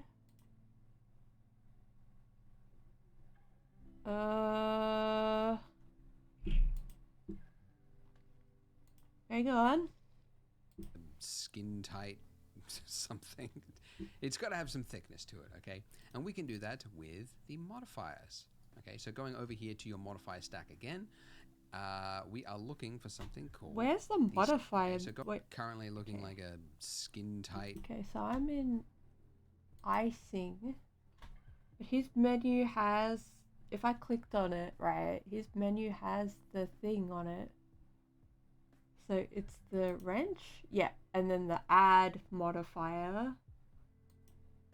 So what I want to modify,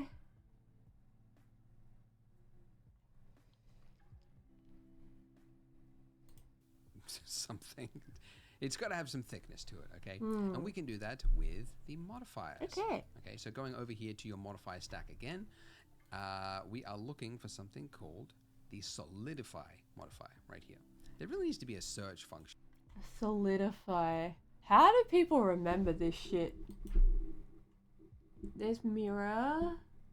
Solidify. Oh!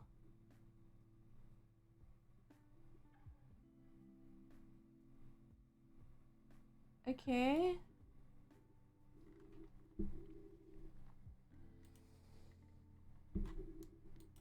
For the modifier stack, but there's just a lot here at the moment. So solidify. Okay. Now when we do this, you might not have actually really seen much change. If you went into wireframe mode, which you could do by hitting Z and then dragging to the left to go wireframe, or up here, so this is solid view mode, this is wireframe mode, okay? In wireframe mode, we're able to see just the raw mesh without any faces. You can see that it looks like a donut within a donut, but it's got thickness to it, but it is pointing it in the wrong direction. So this offset setting here from -1, we want to change that to 1. And now go back to solid view. Okay, So that is a... So I gotta offset it to it, but it is pointing it in the wrong direction. So this offset setting here from -1. So solidify and then offset. We want to offset it to... We want to change that to 1. We're going to offset it to 1. Okay. And now go back to solid view. Okay, so that is just like a doona of icing. It's That a didn't lot. So we do wanna turn anything. our thickness down to be something reasonable. Why isn't it icing? It didn't do anything. My donut. My donut. It didn't do anything. My icing. What happened?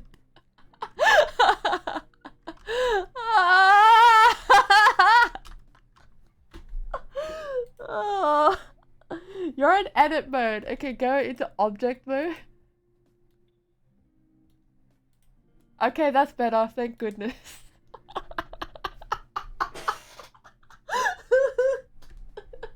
Oh, this is...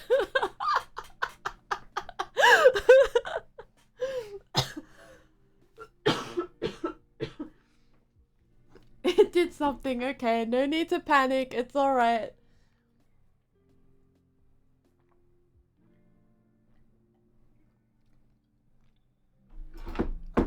I did it. It's fine. I modeled a donut. When you're dragging these values here, here's a tip.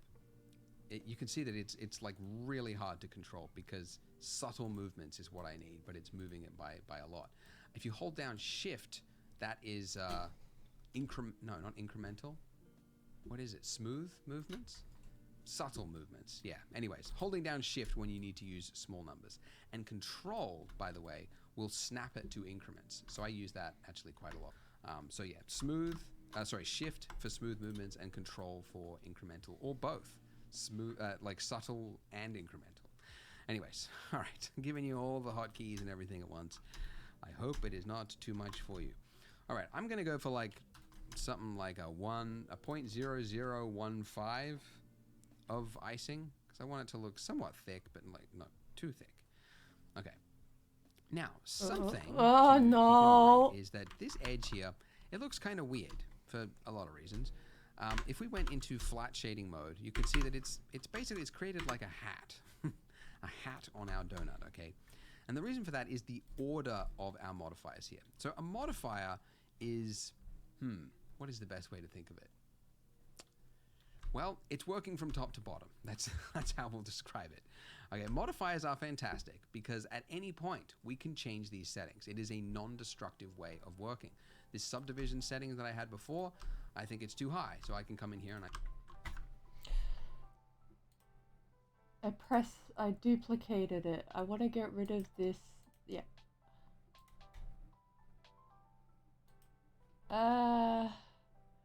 What the heck did I just do? Hang on.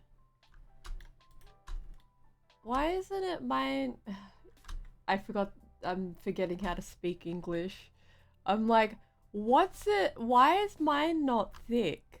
Why is mine not thickums? I added the modifier on the icing. Why is mine not thickums? Why is mine not thickums? Black. I added it. Add modifier. Okay. Oh, he clicked on the donut. So that's the donut. Oh, I see. If I click on the icing and then I think I've added the subdivision to the wrong... I've added it to the donut, but not the icing, I see.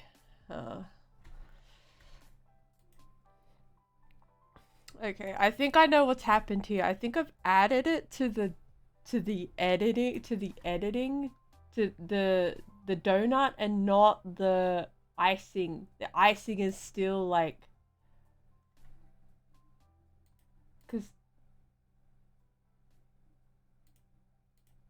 Actually, no, I did add it.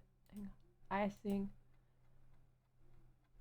So what is he saying now? I'm getting a bit frazzled. change these settings, okay? Make it lighter. If it Catmull Clark. Okay. was not, if I was to apply it or I did it a different way, I could not change those settings. Non-destructive. It is fantastic. It also means that yeah, it's working from top to bottom. So what I want to do is move this above my subdivision, which I can do by just dragging these software. Get started today. A live one to keep in mind. Hope it is not too much for you. All right, I'm gonna go for like something like a 0.0015 of icing. No, not incremental. Here's a tip. You can see that it's like really hard to control because subtle movements is what I need, but it's moving it by a lot. If you hold down shift, that is not incremental. What is it? Smooth movements?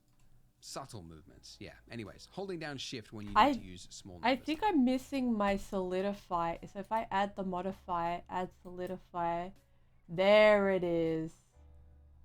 There it is. And then I add the thickness back. Like that. Yeah, add the thickums. Something like what he had.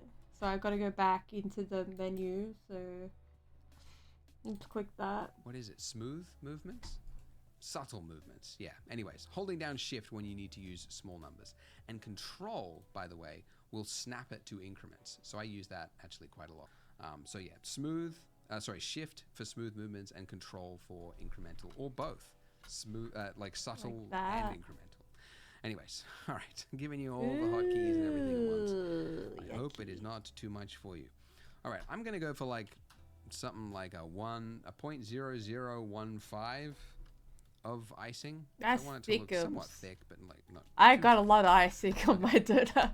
Now, something to keep in mind is that this edge here, it looks kind of weird for a lot of reasons. If we went into flat shading mode, you can see that it's basically created like a hat. A hat on our donut, okay? And the reason for that is the order of our modifiers here. So a modifier is, what is the best way to think of it? Well, it's working from top to bottom. That's It's like OBS. It's just like OBS. The render order will mess this up. It'll mess it up. Alright, so let's try again. That's how we'll describe it. Okay, modifiers are fantastic because at any point we can change these settings. It is a non-destructive way of working. This subdivision setting that I had before, I think it's too high. So I can come in here and I can change these settings, okay? Make it lighter. If it was not, if I was to apply it or I did it a different way, I could not change those settings. Non-destructive, it is fantastic. It also means that, yeah, it's working from top to bottom. So what I want to do is move this above my subdivision, which I can do by just dragging these dots at the top here, just dragging that up. And you can see that now it's doing the, if I just turn that off, it's doing the thickness part first and then it is smoothing it, which means that that edge there that was like this before is now being forced to go like this because of the subsurf, because it adds those points and then it kind of averages them out, which is, yeah, how subdiv works. There we go. Cool. So now, I don't know, now that thickness doesn't look like enough. So I'll just increase that a little bit and I'm going to go shade smooth again. Okay.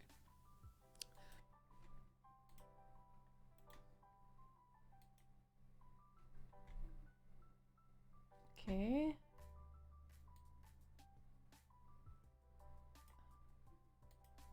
I can make it extra thick. Oh, too thick. So press shift for like incremental.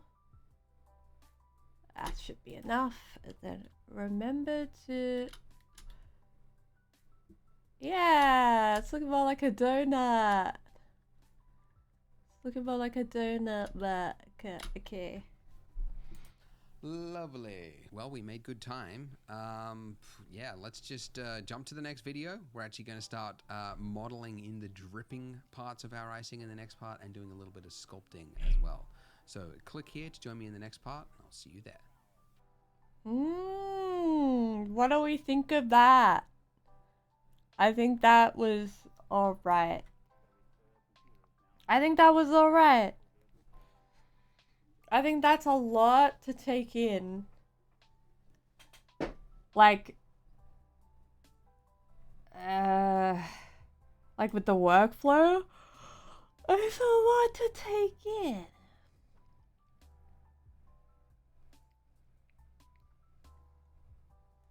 All right.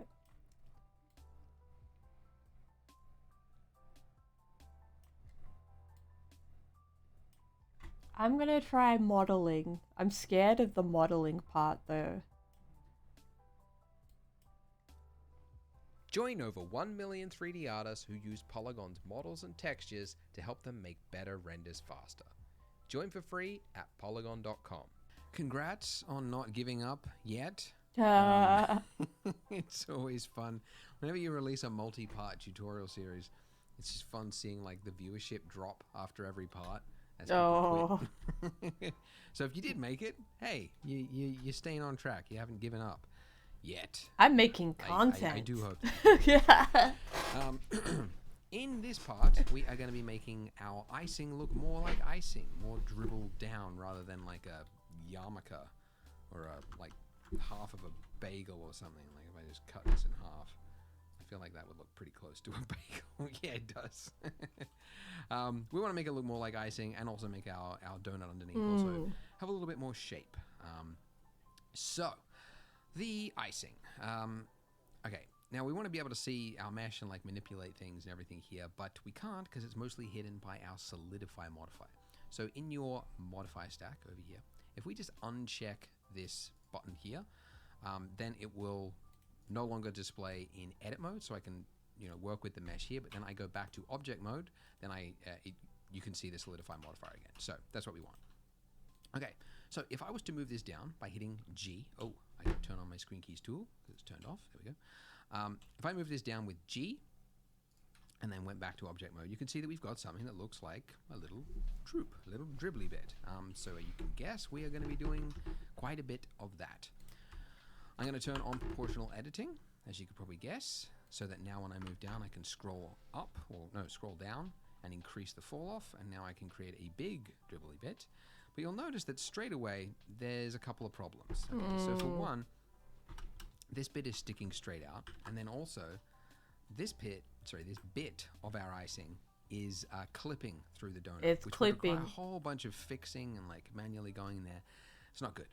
So it would be great if we could make it snap to the face underneath. And there is a feature just for that. Okay. So the snapping tool is right up here. Okay, this little magnet. We're gonna icon. snap, Okay. yes. A quick just overview of snapping. Snapping, you can always, whether you go up there and like turn it on or not, you can always temporarily enable it by holding down Control. Okay, so this default is set to increment. So if I'm moving an object, rotating, scaling, that's transforming. Okay, so it's snap during transform. If I'm moving it, if I just hold down Control as I move it, I am temporarily restricting its movement to the grid floor underneath it, basically, because that's the increment that it's looking at. Okay, so I can only move it when I'm holding down Control to that. And that is the exact same thing as if I was to check that, turn that button on, and then move it without hitting Control. Okay, so there's no difference between holding Control or not holding Control. It functions the exact same way. It's just that this way lets you do it without having to hold Control, basically. But that's also another good point, because there's a hotkey for it. I can't remember what it is, but you sometimes hit it accidentally without realizing, and then you're like, why can't I move things properly? Like it's all messed up. And that's actually a common beginner question. Why can't I move things? Just check that that's not turned on. Just check, yeah, because it's probably turned on. Anyway, okay, so coming back to our demo here. We want to make sure that that's turned on. Okay. And I want to change it from snap to increment to snap to face. Okay. And now that I do this, you can see that if I grab Wait, this snap to edge here- increment sorry, to that point snap to down, snap face. to face. Okay. Okay. So if I click on the icing, snap, increment, doesn't have face as an option. Face? Project? That's not that. That's not that, everyone. Why is that not that? I go icing. I go back to my icing. Is it in object mode? Yeah, object mode. And then I have to go back. It accidentally, yes, so that now when I move down, I can scroll up, or no, scroll down and increase the fall off, and now I can create a big dribbly bit. But you'll notice that straight away, there's a couple of problems. Okay, so for one, this bit is sticking straight out, and then also this bit of our icing is clipping through the donut, which would require a whole bunch of fixing and like manually going in there. It's not good. So it would be great if we could make it snap to the face underneath. And there is a feature just for that. Okay. So the snapping tool is right up here. Okay, this little magnet. We go back to icon. snapping, Okay. yeah. A quick just overview of snapping. Snapping, you can always, whether you go up there and like turn it on or not, you can always temporarily enable it by holding down Control. Okay, so this default is set to increment. So if I'm moving an object, rotating, scaling, that's transforming. Okay, so it's snap during transform. If I'm moving it, if I just hold down Control as I move it, I am temporarily restricting its movement to the grid floor underneath it, basically, because that's the increment that it's looking at. Okay, so I can only move it when I'm holding down Control to that. And that is the exact same thing as if I was to check that, turn that button on, and then move it without hitting Control. Okay, so there's no difference between holding Control or not holding Control. It functions the exact same way. Okay. It's just that this way lets you do it without having to hold Control, basically. But that's also another good point, because there's a hotkey for it. I can't remember what it is, but you sometimes hit it accidentally without realizing, and then you're like, why can't I move things properly? Like it's all messed up. And that's actually a common beginner question. Why can't I move things? Just check that that's not turned on. Just check, yeah, because it's probably turned on. Anyway, okay, so coming back to our donut here. We want to make sure that that's turned on, and I want to change it from snap to increment to snap to face. Okay, and now that I do this, you can see that if I grab I this don't edge have here- sorry, that point down, face. I just move it down. You can see. I don't have The part of- face. Is it face project? I'm making a donut. Look at it. Okay, so if I But I'm slow, but my brain is like slowly powering down. My brain is powering down. So I think I might go to bed. I might finish up this tutorial a bit later because my brain is tired. I have to go to work tomorrow. I've melted away. I'll continue this tutorial though. Like, I'll keep doing it and I'll post updates, but I think my brain is just melted. It's melted away. I think I'm done. I think I'm done for today. I'm getting sleepy. Let's find someone to raid. Let's find someone to raid, shall we? I'll definitely finish this off. I'll post in the Discord though. We'll raid channel. Oh, I know who I'm gonna raid.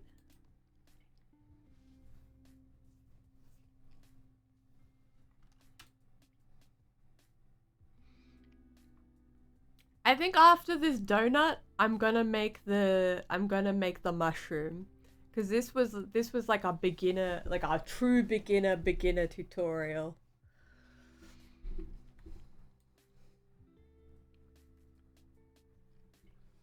You napped but didn't sleep. I'm gonna raid my friend Cypher.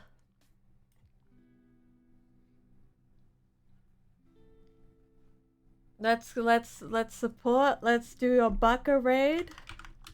Let's get Baka. Let's the Baka Nation rise up. Yeah, I think I might. You started with the model? That's so hardcore. Did you finish it?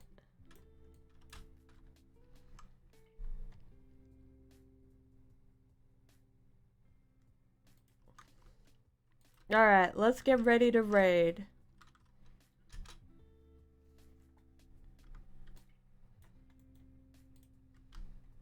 Let's go, Baka Nation. Thank you everyone for joining me. I'm gonna go sleep. Goodbye.